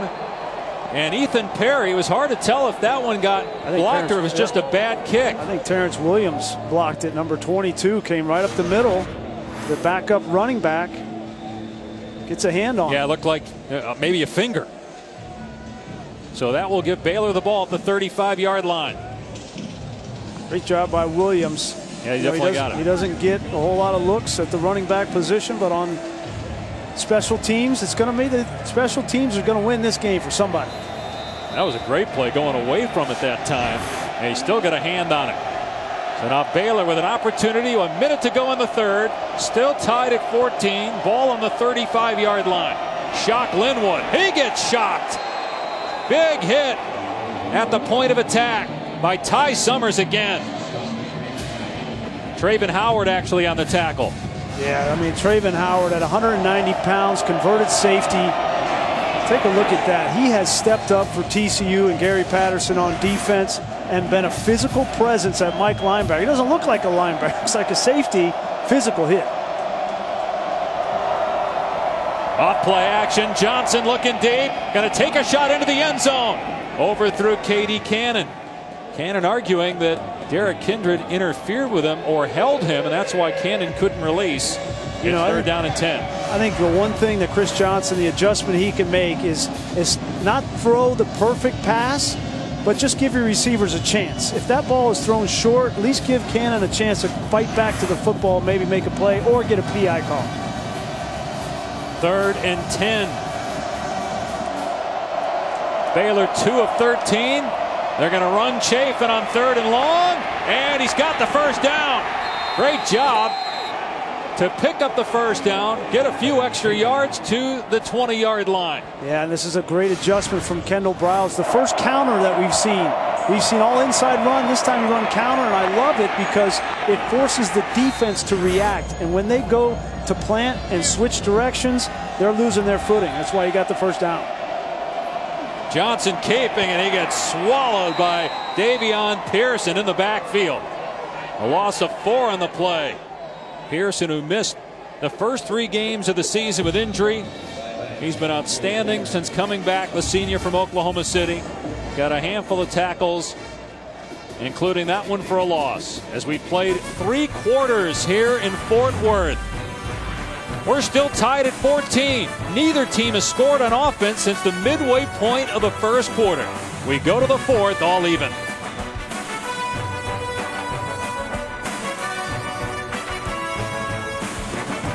/Taco Bell to learn how to win a chance to join your school student section at the College Football Playoff. And this student section has been fantastic, even when their only mistake was when they were told to leave the field because of the lightning and they wouldn't do it. First time Baylor has had back-to-back scoreless quarters this season. But they're inside the 25 for second down. Chafin running left. Gets to about the 19, bringing up third down and 8 or 9. They've passed Brian Greasy, Tom Luganbill in Fort Worth. Temperature in the high 30s. Wind chill in the low 20s. It's been raining all day and night. We had a 45-minute lightning delay. Back-to-back scoreless quarters for Baylor. A combined 112 yards for both these teams in the third. Both of Baylor's touchdowns came on the ground. Last time they did not have a passing touchdown in the game was 3 years ago. TCU had an offensive touchdown, a pass by Boykin, and a defensive touchdown to tie the game in the second quarter. Johnson lost the ball. Recovered by Baylor, or no, recovered by TCU. Davion Pearson comes up with the fumble for TCU. And another big play by Caraway. He had a scoop and score in the first half. This time he goes up. Look at the great control to come back down and get a hand on the football. And Davion Pearson's there to thwart that Baylor drive. Caraway coming off a 2.5 sack effort at Oklahoma. He's had 2 great weeks for the Horned Frogs. When Baylor's in position to potentially attempt a field goal, which would be huge with the conditions as they are currently. And you wonder, the decision on 3rd and 10 to attempt to throw the ball down the field comes back to bite Art Briles. First start for Johnson came on in relief of the injured Stidham last week at Oklahoma. Now Boykin to throw on first down. Listenby able to pull it in. A gain of about 6. Xavier Howard in coverage. Trevon Boykin playing through an ankle injury. The FBS leader in total offense has struggled today. Turned it over a couple times. But they're going to put the ball in his hands and try to win the game, his final home game. Boykin gets across the 30. He'll come up just short of the first down.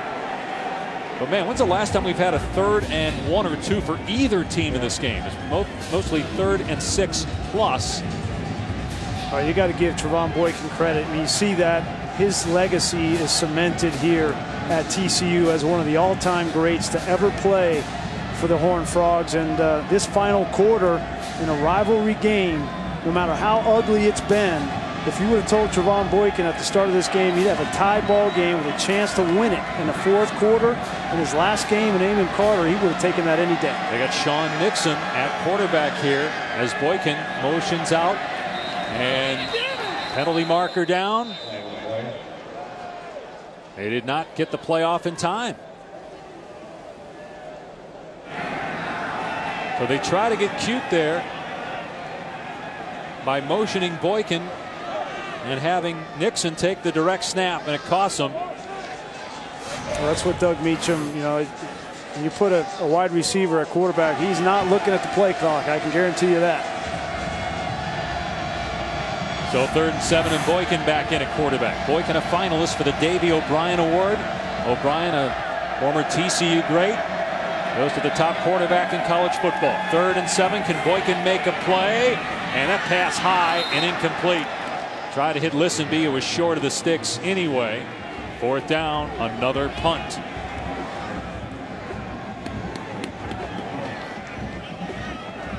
This is the exact opposite of the game last year where it was all passing touchdowns. This game's all about punting. I mean, look at that. This will be the 10th punt for TCU. Baylor's got 8 punts after having 29 through the first 10 games. The last punt by TCU was blocked by Terrence Williams. Will Lynx Hawthorne decide to field this punt or let it drop? And Hawthorne will field it. Signaled for the fair catch. He muffed one and turned it over in the first half. 38-yard punt, no return. And again, no offensive points for either team since the midway point of the first quarter. Baylor 6 completions, TCU 12 completions. And Chris Johnson 0 for 8 passing this half. 6 for 21 on the night, making his first collegiate start. He's the 3rd string quarterback, former receiver. They run Chafin, and he gets about 4 yards. And Corey Coleman only has 1 catch in the game. He's their best player. They got to get him the football. And I think the biggest adjustment for Chris Johnson needs to be when he's throwing that deep ball, just don't overthrow your receiver. Give him a chance to come up and make a catch. Great play in the open field by Orr to take down Chafin. And Chafin beat Orr. He probably would have got the first down. Instead, brings up a 3rd down. And you might think about getting Corey Coleman involved in the offense, running the football, reverse, something of that nature. You got to get number 1 with the ball in his hands. He's at the bottom of your screen, matched up against O'Mealy. Here's Chapin straight ahead, and they're going to mark him short at the 46-yard line. Now in the first half, they went for it twice on the opening drive on 4th down. Do you do that here, or do you kick it? I think he's going to go for it. If he did it for the first drive, he's going to. Why not do it now? Here's Chafin, and he's got it to midfield.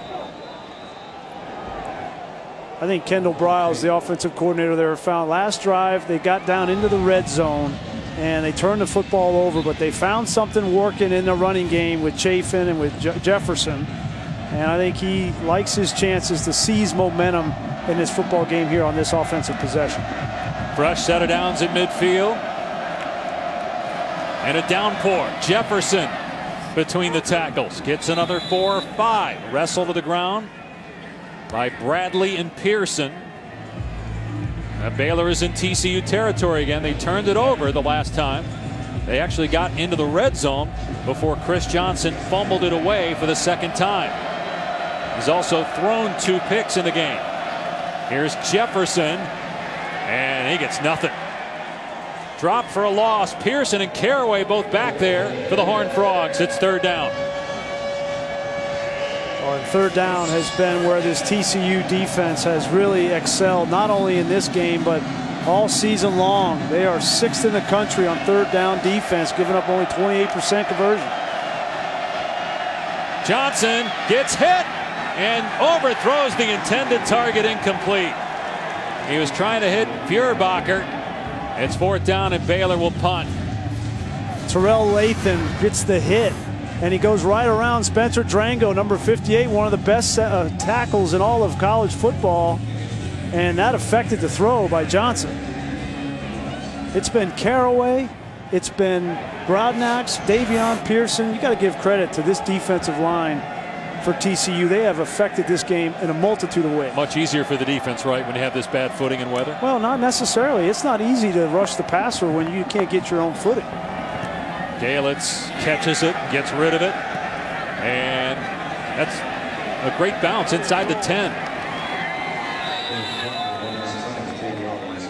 Gale, it's the MVP for Baylor.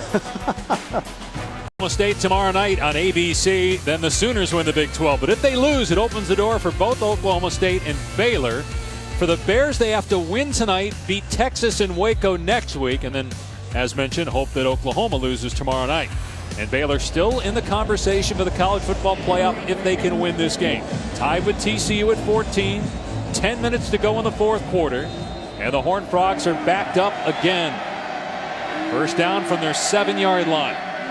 Boykin to throw from his goal line and into traffic. It's caught by Porter for a gain of about 5. Now, Doug Meacham down here on the field with Sonny Cumbie upstairs. Doug Meacham very frustrated. Now, this is a guy that's got a very even-keeled personality, doesn't get caught up in the ebbs and flows, but he's kneeling down, got his hands on his head, very frustrated with the ineffectiveness, and he knows the conditions are what they are, still expects better perfection, better execution out of his offense.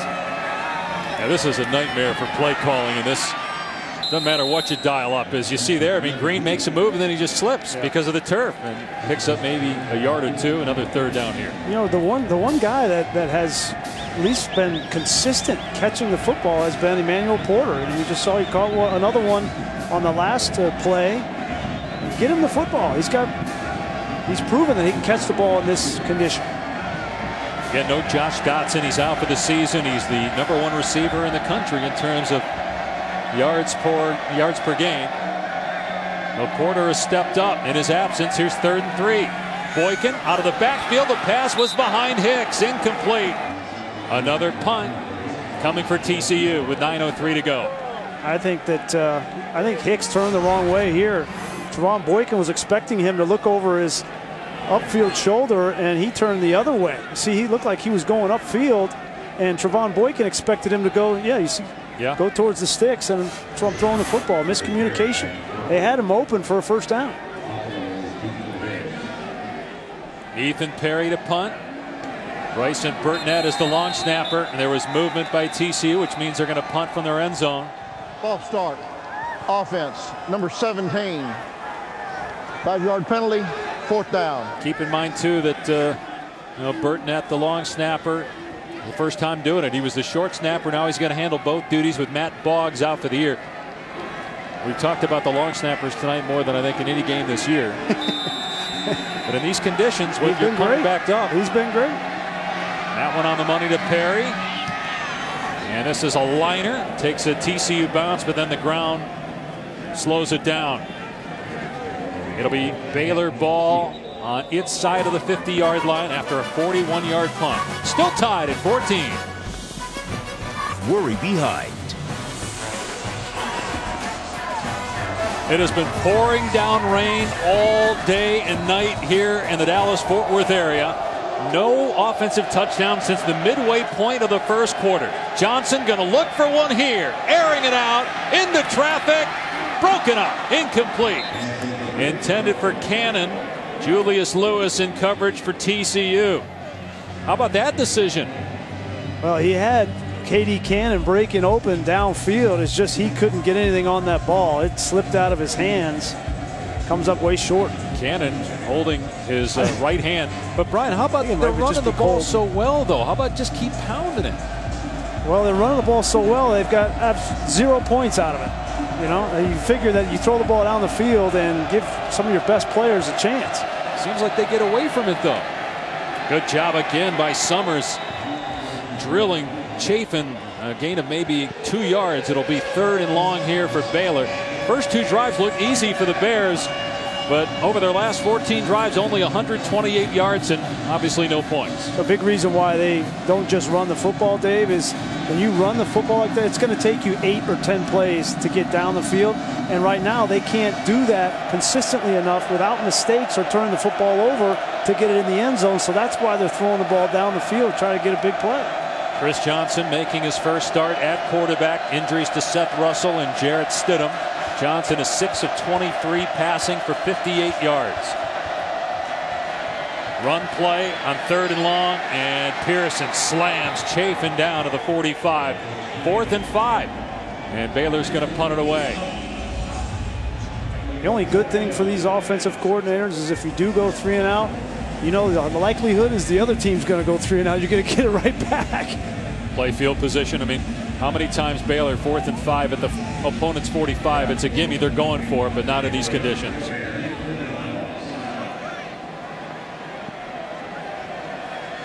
Gaelitz to punt. Look how spread out Baylor is in their formation here. Snapping the ball to Gaelitz. Turpin under it. Makes the fair catch at the 10-yard line. Sound like a broken record, but we're still tied at 14.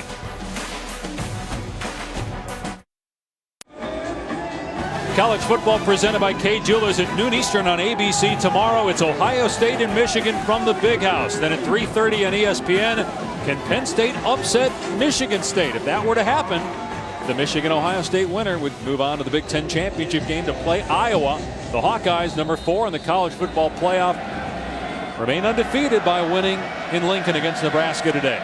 First down for TCU on its 10. They're going to run Hicks off the left side. Makes a man miss at the 15.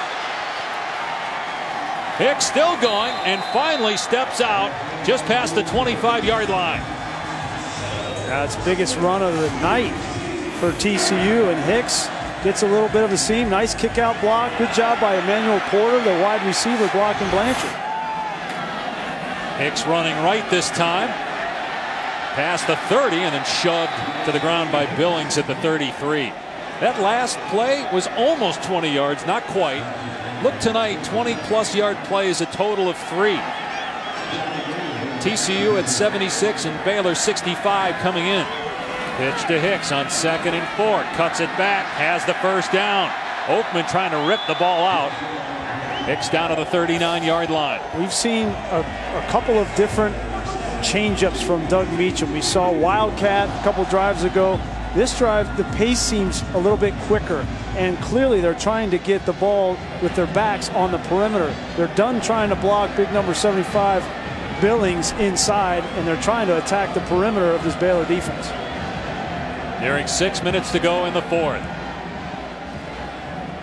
Here's Aaron Green trying to find a hole. It's not there. Dropped by Edwards and Palmer after a pickup of a couple.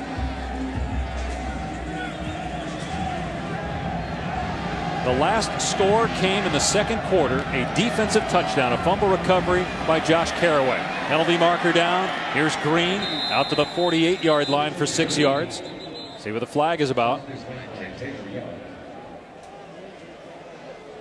TCU's won 12 straight at home. That's the 3rd longest active streak in the Power 5. Andrew Billings are hurt for Baylor on the play.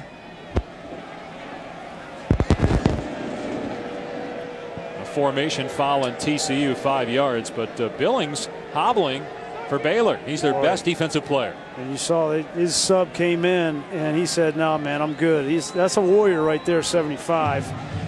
One of the strongest players in all of college football, and he came up a little bit gimpy, but I don't think there's any chance of that man coming out of this game. 3-year starter, first team all Big 12 last year. So the penalty by TCU puts him in 2nd and 12.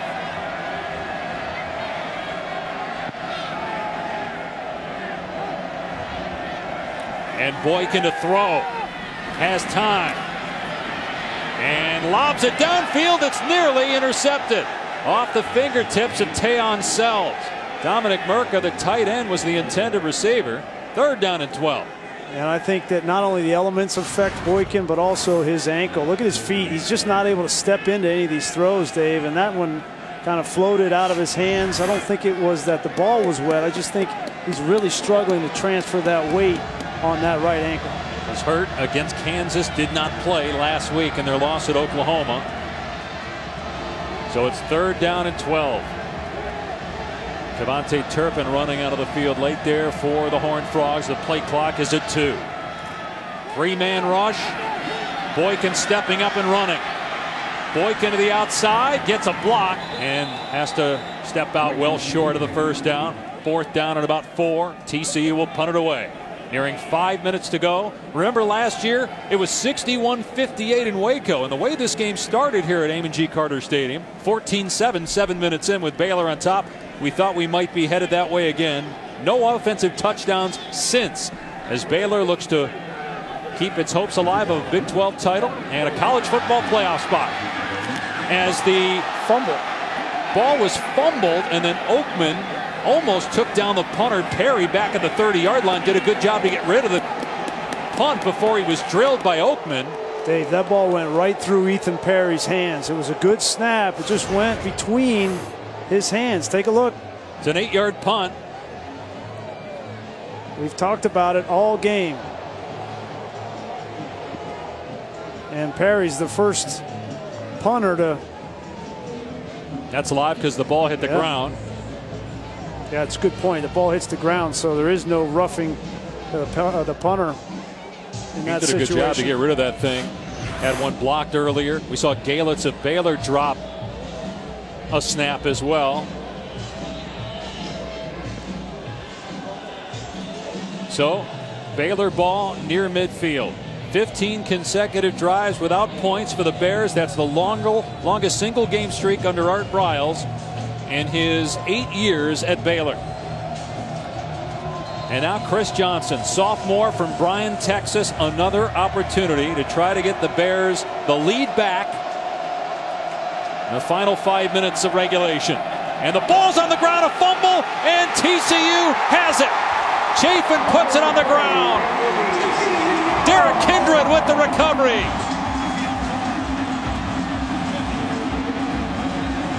I don't know if Chafin was anticipating getting that football from Johnson. Take a look. Does Johnson get the ball all the way in the belly? It's the responsibility of the quarterback to get it in there. It's hard to tell.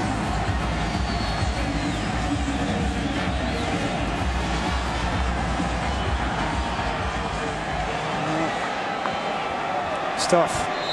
And the decision, remember, Tom talked about the decision to not play with dry footballs, that they wanted to maintain the pace. Both these teams did, and we've seen them struggle with the football.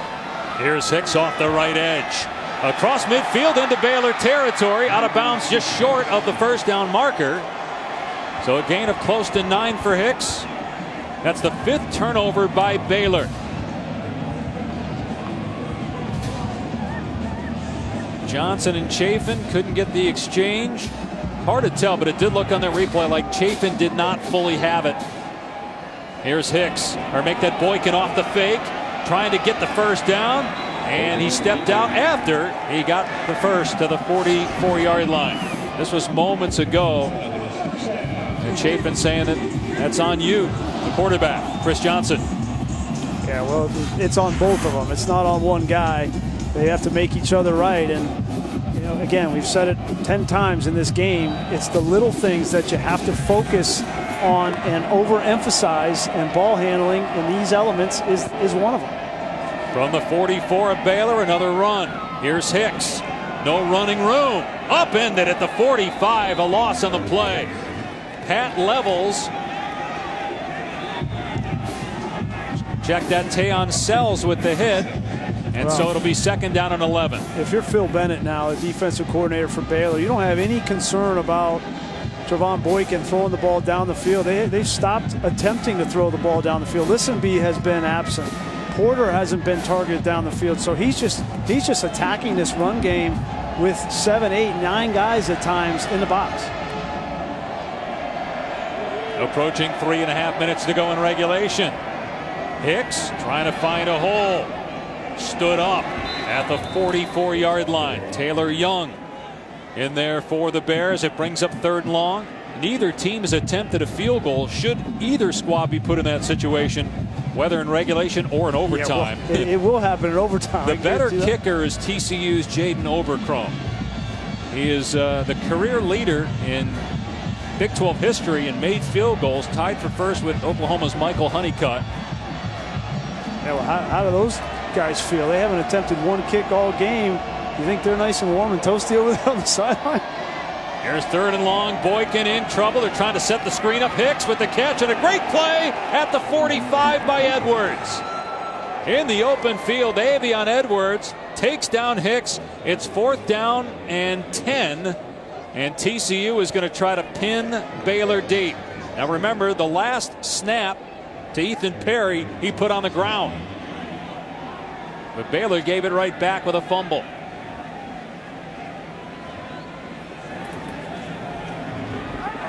And you wonder, depending on where Baylor gets the ball, do they play for overtime at this point because they don't want to make a mistake deep in their own end. Perry's punt will bounce at the 10, and it's about the ball, not the feet, and I think they kept it from going into the end zone. They did. Nico Small was down there, and again in college football, it's all about where the ball is. And it was out of the end zone. It didn't matter where Small was when he touched it. Great play by Nico Small. True freshman safety. Loses his footing, but is aware enough to keep that football out of the end zone. That's the little plays, right, on special teams that are going to have the outcome in this game. Nico Small just made one. It'll be Baylor ball from the 1 when we come back. Just outside, 2 minutes to go here in the 4th quarter. Tied at 14.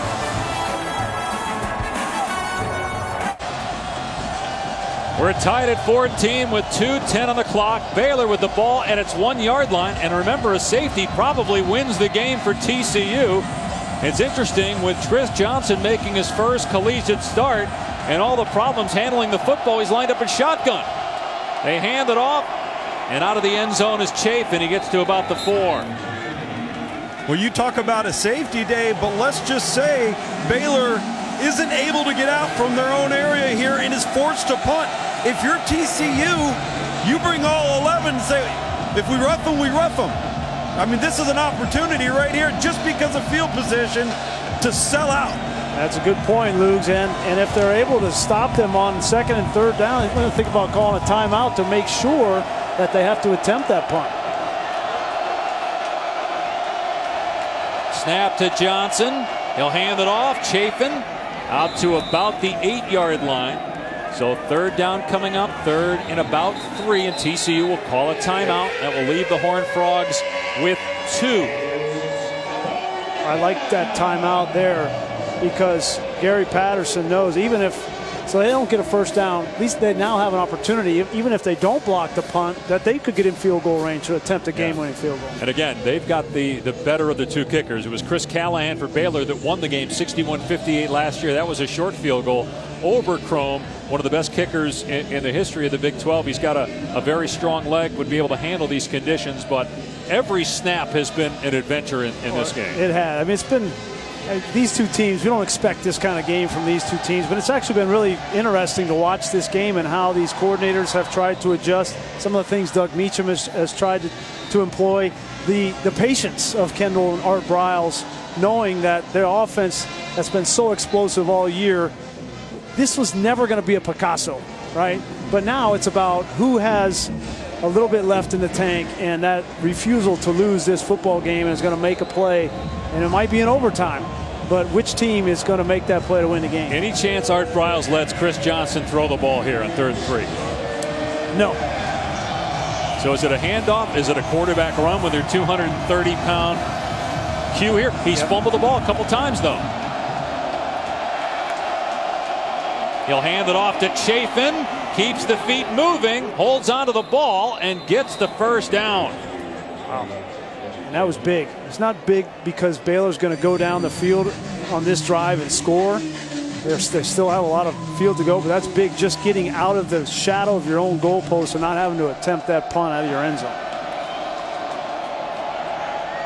Chafin shakes a couple of tacklers and gets to the 20-yard line.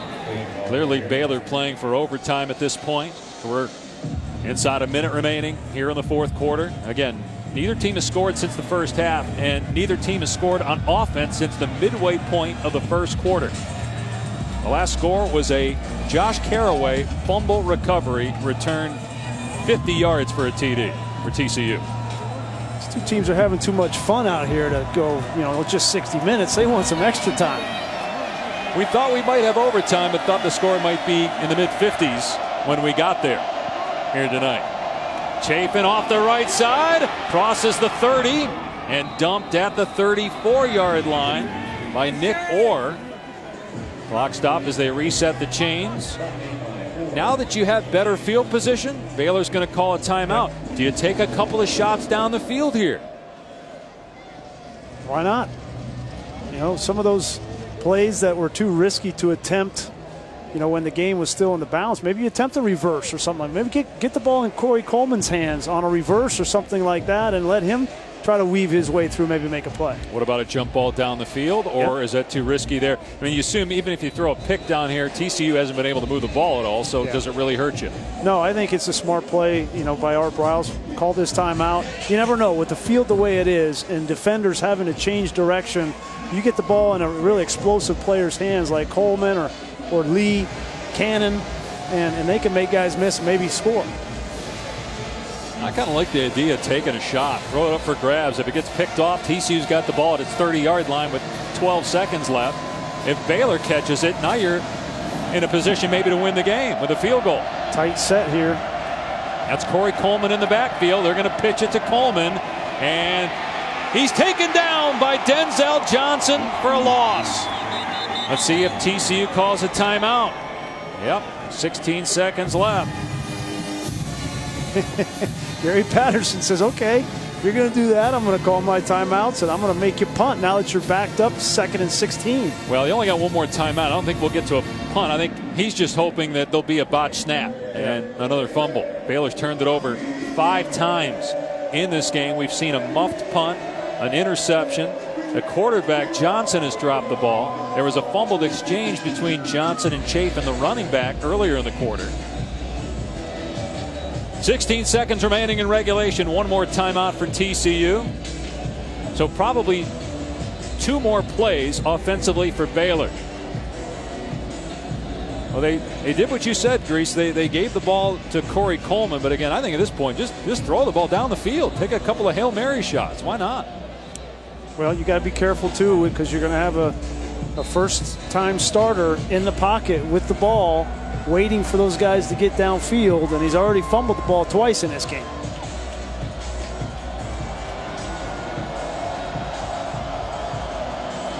It has been pouring all night. This game started with a 45-minute lightning delay. Temperature in the high 30s, wind chill, low to mid 20s here in Fort Worth. Play clock down to 1, and they're taking a knee.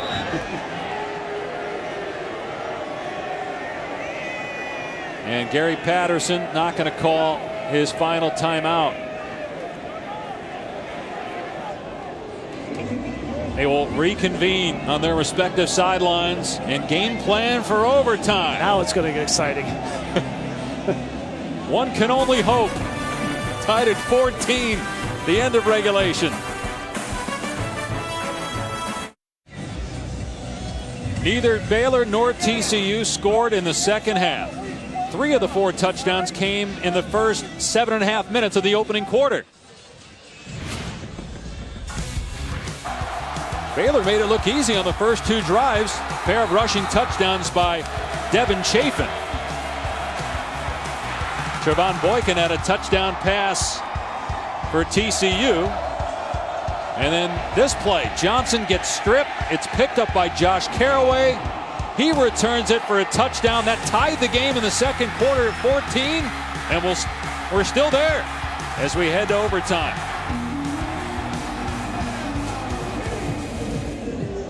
It's been windy, cold, rainy throughout. We had lightning before kickoff. Neither team has tried a field goal. So the question is now in overtime, who has the advantage? And you would think that Baylor, with a big physical quarterback, 240 pounds, to be able to run the football in the red zone would give the advantage to Baylor, because Boykin really has been limited with that ankle and is not going to be able to affect the defense running the ball like he normally does. We mentioned that Oberchrome is a better kicker on longer attempts for TCU, but Chris Callahan on short kicks, he's been good. And he's made 105 consecutive extra points. It may come down to that, an extra point or a short field goal. We're going to take the coin toss live here to see who will start with a football first.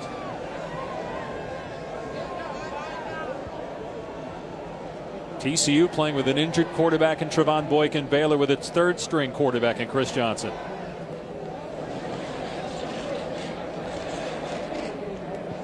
And Mike DeFee has had some trouble with his microphone because of the rain.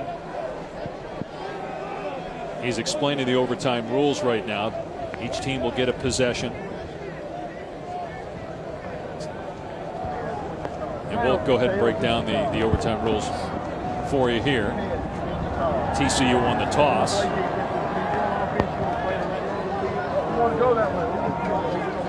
TCU is going to take the ball first.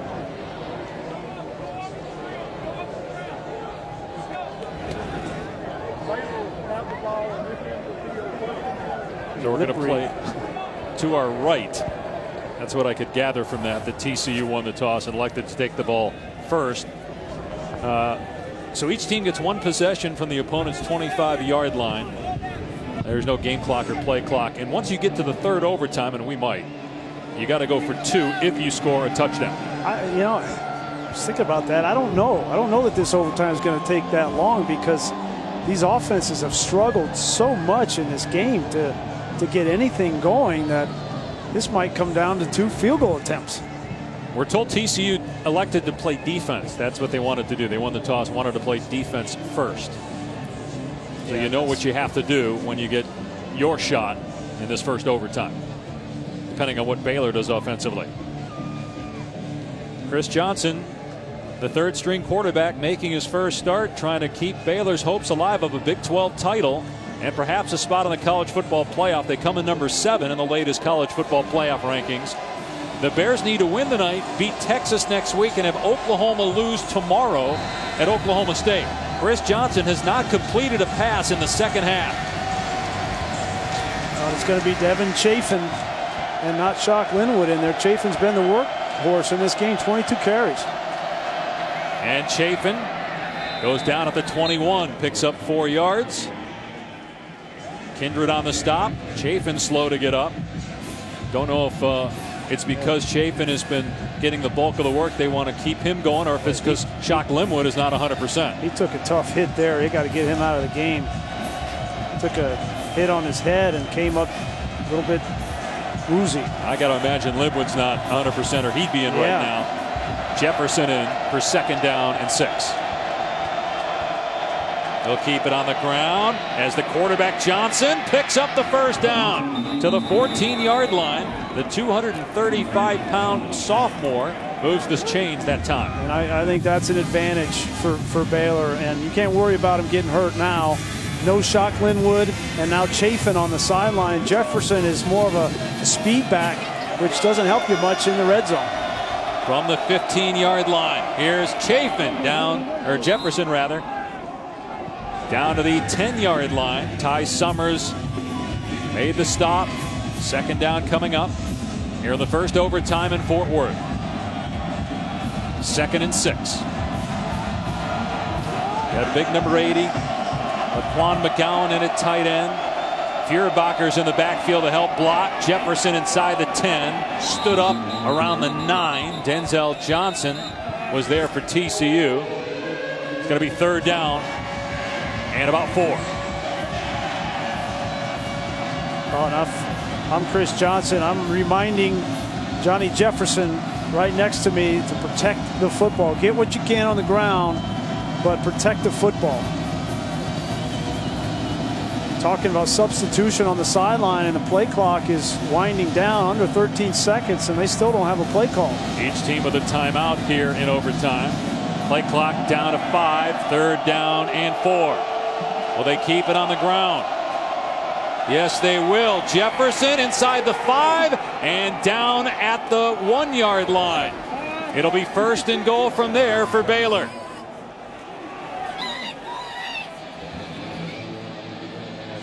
They say he went down at the 2. They spot it there.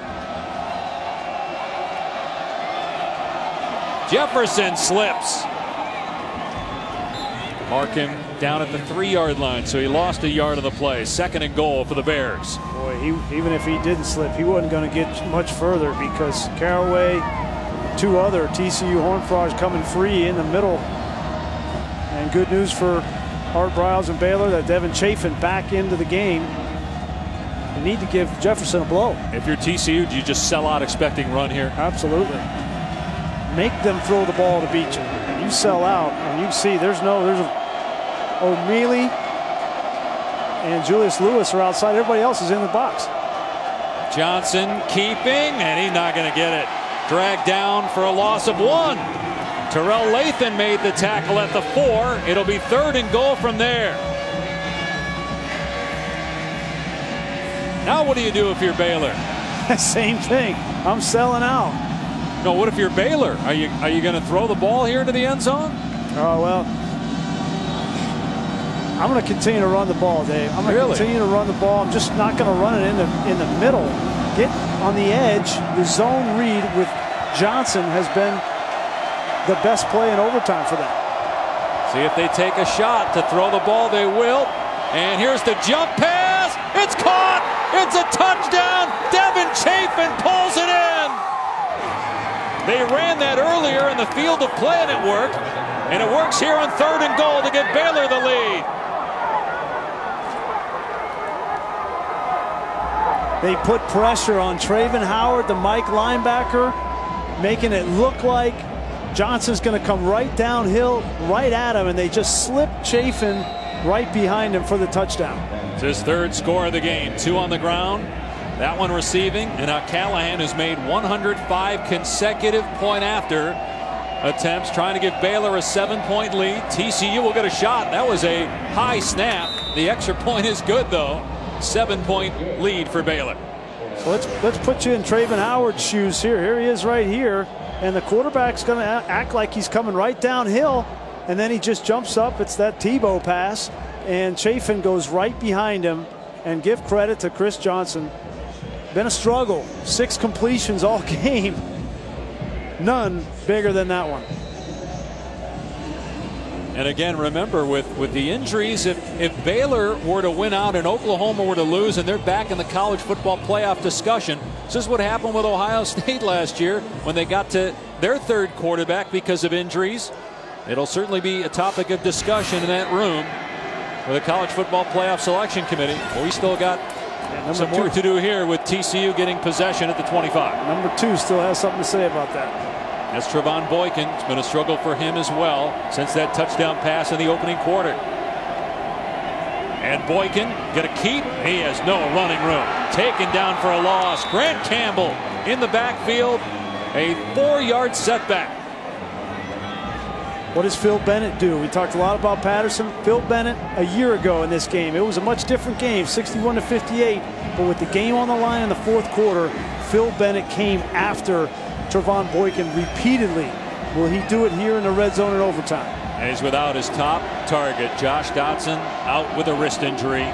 Done for the year. Boykin to throw. And he's going to throw short. Merca knocked out of bounds at the 21. So they get 7 yards there. It's a 3rd down and a 6. Good decision right there by Trevon Boykin. Get back into a manageable situation. You know that you have 4 downs. So you don't have to get it all on 2nd down, force the ball down the field, dump it down, and put yourself in a good situation. Still have this opportunity, this matchup. Ryan Reed, the corner on Porter, giving up 4 or 5 inches. Or do you try to pick up 3 or 4 and put you in 4th down and short running the ball? Boykin's going to throw, moving around. Boykin looking into double coverage, and there was contact and a flag. They run into Listenby. Chance Waz and Xavier Howard. And it's as if Howard said to Waz, "What are you doing? Don't make contact on Listenby." And I think Phil Bennett saying the same thing. Yeah, that was just a hope throw from Trevon Boykin, hoping to get a pass interference call. Again, the microphone not working for Mike DeFee. See, it's great coverage. Xavier Howard's in good position, and Chance Roy is just, that's a young player, and he's, making his 9th start. So 1st and goal on the Baylor 6. They need a touchdown and an extra point, although who knows, they might go for 2. Gary Patterson did it last week at the end of the Oklahoma game, and it failed. First things first, they got to get in the end zone. Here's a pitch to Turpin, trying to get in. He hit the pylon. They haven't signaled yet. No, they're saying he did not get in. He hit the pylon. They're saying he stepped out of bounds first. Inside the 1-yard line at 2nd down. They're celebrating here in Fort Worth like it's a touchdown, but the ruling of the field was he did not get in. Oh, that's a touchdown. Yeah. He's in. They ruled that he did not get in, but they're going to review this, and this is going to get overturned. Yep. The head linesman right there, the L on his back. Good position to see that. It's pretty clear. Gets the left foot in and then kicks the pylon. I like that call there too. Get it on the perimeter, one of your speediest players. They've had trouble running the ball in the middle with big Andrew Billings in there. Good call by Doug Meacham. Both of these coordinators, Kendall Briles and Meacham, done a nice job of continuing to go to their playbook and get plays in this overtime that can get the ball in the end zone. So you saw him step in the end zone first. They're looking at the feet, looking at the ball there on the replay. Assuming this gets overturned, that it's a touchdown. We mentioned Gary Patterson went for 2 last week at Oklahoma. It didn't work. They lost the game. Do you do it here? Do you take a chance? I didn't have any problem with his end of game 2-point try. The 3rd quarter one was the one that was the mistake. Too early in the game to attempt that. I think Gary Patterson would tell you that. I have no problem with him going to win the game. Now, that was last week. This is a different deal here. These 2 teams are more evenly matched. I think I'd kick the extra point. I thought they should have kicked it last week. I think you should kick it here too.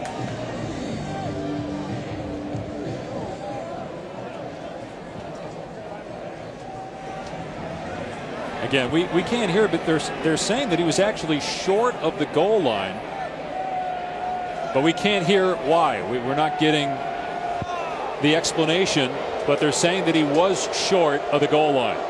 Tom, you were down there. What did you hear, Lukes, from referee Mike DeFee? Yeah, standing right in front of the referee. His microphone's obviously not working. What he is stating is that the runner's foot did hit the pylon, but that the ball was out of bounds at the same time that the runner's foot hit the pylon, puts the ball at the 1-foot-yard line. So the ball never crossed the goal line. But it looked like, I thought his foot touched the end zone first and then hit the pylon, but that's not what they saw on replay. 2nd down and goal. And Boykin keeps. He's in. Touchdown, TCU.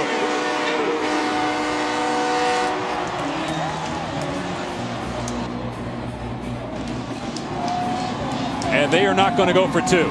Overcrome comes right onto the field to send it to a 2nd overtime. Now you got Zach Allen out there for his first catch of the football. He's a backup quarterback. He's got to get this hold. First get the snap and then get it down. Made 2 extra points in the 1st quarter. This to send it to a 2nd overtime. It's good. Tied at 21 apiece. Back in a moment to Fort Worth. There you go. Trevon Boykin with a rushing touchdown to send it to a 2nd overtime here in Fort Worth. Baylor needs to win tonight, beat Texas next week. Hope Oklahoma loses tomorrow at Oklahoma State to have a chance to win the Big 12 and perhaps a spot on the college football playoff. Meanwhile, TCU trying to get its 10th win and play the role of spoiler against a team it has grown to hate. These 2 schools go way back to the year 1899. At one point, both these schools were located in Waco. Both programs took a long time to have any kind of success. Back in the mid-90s, Baylor was chosen over TCU to go to the Big 12. TCU was unhappy about that, but the Horned Frogs built their program, Conference USA, the WAC, Mountain West, Meanwhile, Art Briles, when he got to Baylor, the Bears are one of the worst programs in college football, being in the Big 12, but he has turned this program around. They have won 11 games each of the last 2 years. And it's games like this that further the rivalry. You know, it doesn't become a rivalry until you have some of those close games and that bad blood. And last year certainly went a long way. And then you have to wait 12 months with Gary Patterson to get this kind of a revenge. And for it to come down to overtime is just going to continue to add to that rivalry. TCU will start with the ball first on the Baylor 25 here in the second overtime. And here comes a reverse, and Turpin was looking to throw. Now he takes off inside the 20 and steps out of bounds, short of the first down. How about that? A trick play. Turpin was looking to throw the football. The receiver was covered, and he picks up 7 yards. I like it. I like any kind of misdirection because you force the defense to have to change direction. That's when you get those slips and when you get those opportunities to get the ball down the field. 2nd and 3 on the 18-yard line. And a big hole off the right side for Hicks to the 10-yard line and out of bounds. Everything outside. Everything is outside from TCU since the beginning of the fourth quarter. And Doug Meacham, Sonny Cumbie making those adjustments, realizing that they're struggling to block this interior defensive line, so get it to the outside. 1st and goal. It's Hicks again. And he is knocked down in the backfield by Tayon Sells. The loss of a couple. Sells filling in for the injured Orion Stewart, a first-team All Big 12 safety who's out with a hamstring. Sells is a junior from Irving, Texas. He made the play. 2nd and goal from the 12.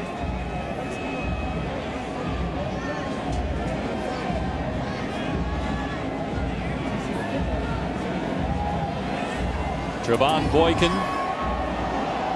Big 12 Offensive Player of the Year last year, a candidate to win the award again. And hand it off to Green, ran into a teammate, and Green is wrapped up inside the 10 by Oakman, so it's 3rd and goal from there. Boy, and another adjustment from Doug Meacham has been having both Hicks and Green on the field at the same time. Now they're going to go into an empty set where got to throw and catch the football in this situation. Porter is man-to-man at the bottom of the screen, number 1 on Reed. Baylor rushes 3. Boykin looking. End zone wide open. Touchdown Turpin.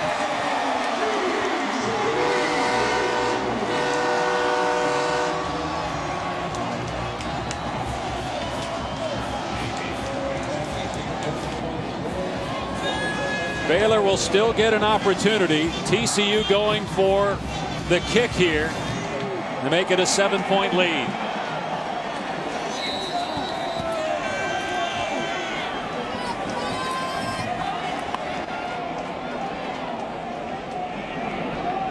Oberkron, the kicker, puts it through. It's 28-21 TCU.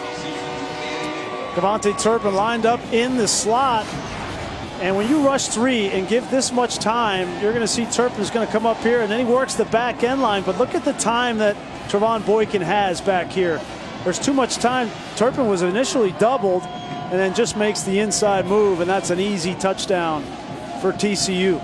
They were expecting the out route, and they got the in route. Trevon Boykin has made so many plays at quarterback the last 2 years, helping TCU to a 12-win season last year. 9-2 coming in, playing with a bad ankle. Did he just win the game for TCU? Or will Chris Johnson in his first collegiate start send it to a 3rd overtime? What's your strategy if you're Baylor in terms of play calling? The first overtime, it was run with Chris Johnson. And I'd be the same way. Here's Chafin, and he gets leveled after a gain of 2. Boy, Ty Summers and Denzel Johnson have been everywhere defensively for the Horned Frogs here tonight. 2nd and long. Now, you know you have 4 downs. That's the mindset that you have if you're Chris Johnson, that this is it. You got 4 downs, so no need to force the ball down the field. Chafin again, no running room. Gain of 2. So it's 3rd down and 6. Baylor's Big 12 title hopes. Any shot of making the college football playoff on the line these next 2 downs.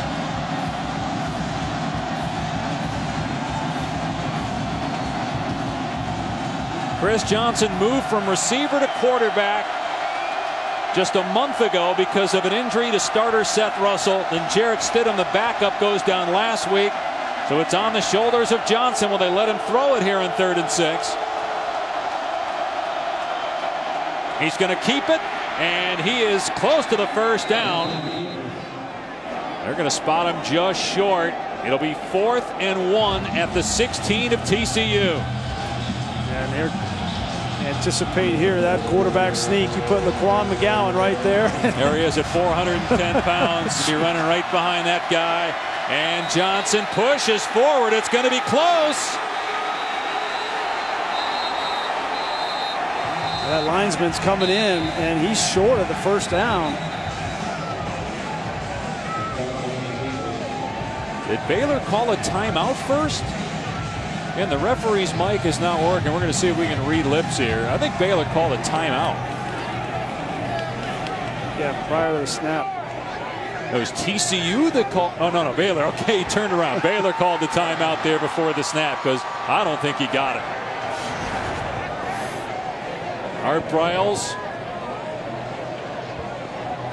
called timeout there before the snap.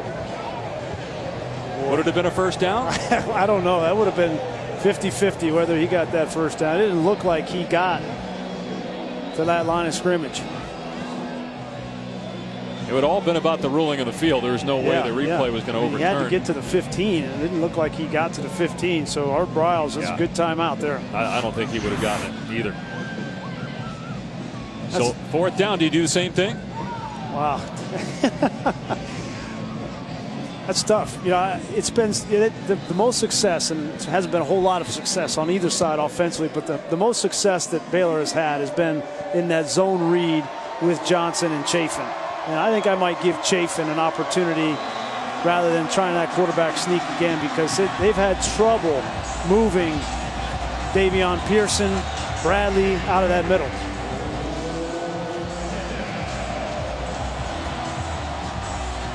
Fourth down and a yard. They put Johnson in shotgun. And a timeout called by TCU. They wanted to see how Baylor lined up. Let's go to Tom down on the field. Now, what Gary Patterson was trying to do, we're seeing a lot of stats do this now, is get a bunch of guys on the field at one time so they can always have the right personnel on the field based on the offensive package. And then he waits to see what Baylor's going to do. But at the last second, they got confused on who's coming on and who's coming off. And Gary Patterson had to sprint down to call that timeout, or they would have had well over 11 guys on the field.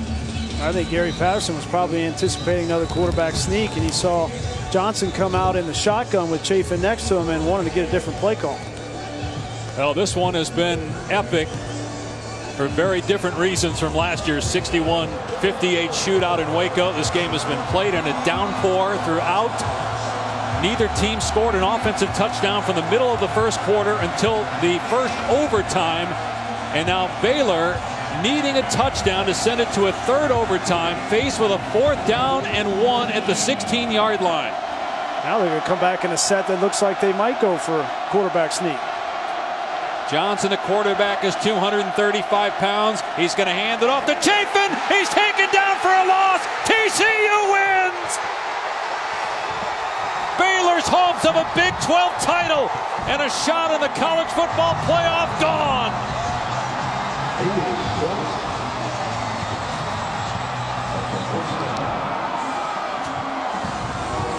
And it's fitting that it was number 42, Ty Summers, once again coming from his middle linebacker spot. He's done it all night, and he got an assist from Julius Lewis, the corner, off the edge. Art Briles doesn't like The TCU fans on the field are talking some smack to him. He's not happy about that. Trying to find Gary Patterson for the handshake.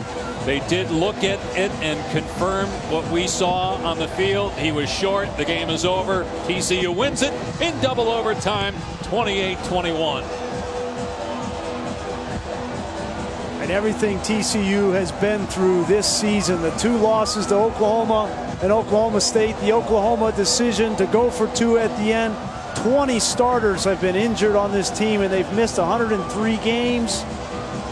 To win this game, how sweet that is to get revenge for last year. TCU improves to 10-2, wrapping up its regular season. Baylor falls to 9-2. They play Texas next week, but the Bears are done in terms of the Big 12 championship picture and the playoff picture as well. I give Art Briles a lot of credit right now. He's looking for Gary Patterson. It's a melee down on the field. He could easily just go to the locker room, but he's a competitor through and through. He's a man of his word. He's sticking it out trying to find Gary Patterson. I don't think he ever found him, but at least he's making the effort, Dave. Yep, I agree. Hard to find anybody in that pile that you recognize right now with the TCU fans storming the field. And those fans deserve a lot of credit for sticking it out. Go back and look at that play, Dave, where Ty Summers from his linebacker position 42, he squeaks through there, and you're going to see that's Julius Lewis from his corner position, unaccounted for into the backfield. But Summers all game made these plays, and you got to give him credit fighting through all the injuries defensively. They lose both starting Mike linebackers, and he played his tail off. What'd you think of the call, the deep handoff rather than the quarterback sneak? I'm fine with the call. I mean, it's a short yardage situation. What else are you going to do? I mean, they tried the quarterback sneak, and that got stuffed. Yep. It wasn't the play call the reason why they didn't get that 4th down. It was the fact that TCU's defense was up to the task.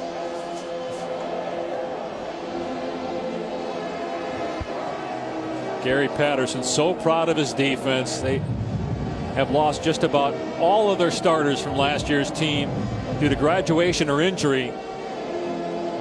And Art Briles knows their shot of making the playoff and winning a Big 12 championship are over. 28-21 the final. Sports Center is coming up next. Stay tuned for more from Fort Worth. For Brian Greasy, Tom Luganville, I'm Dave Pasch. So long for now. Steve Levy, John Butcherdraw, Sports Center.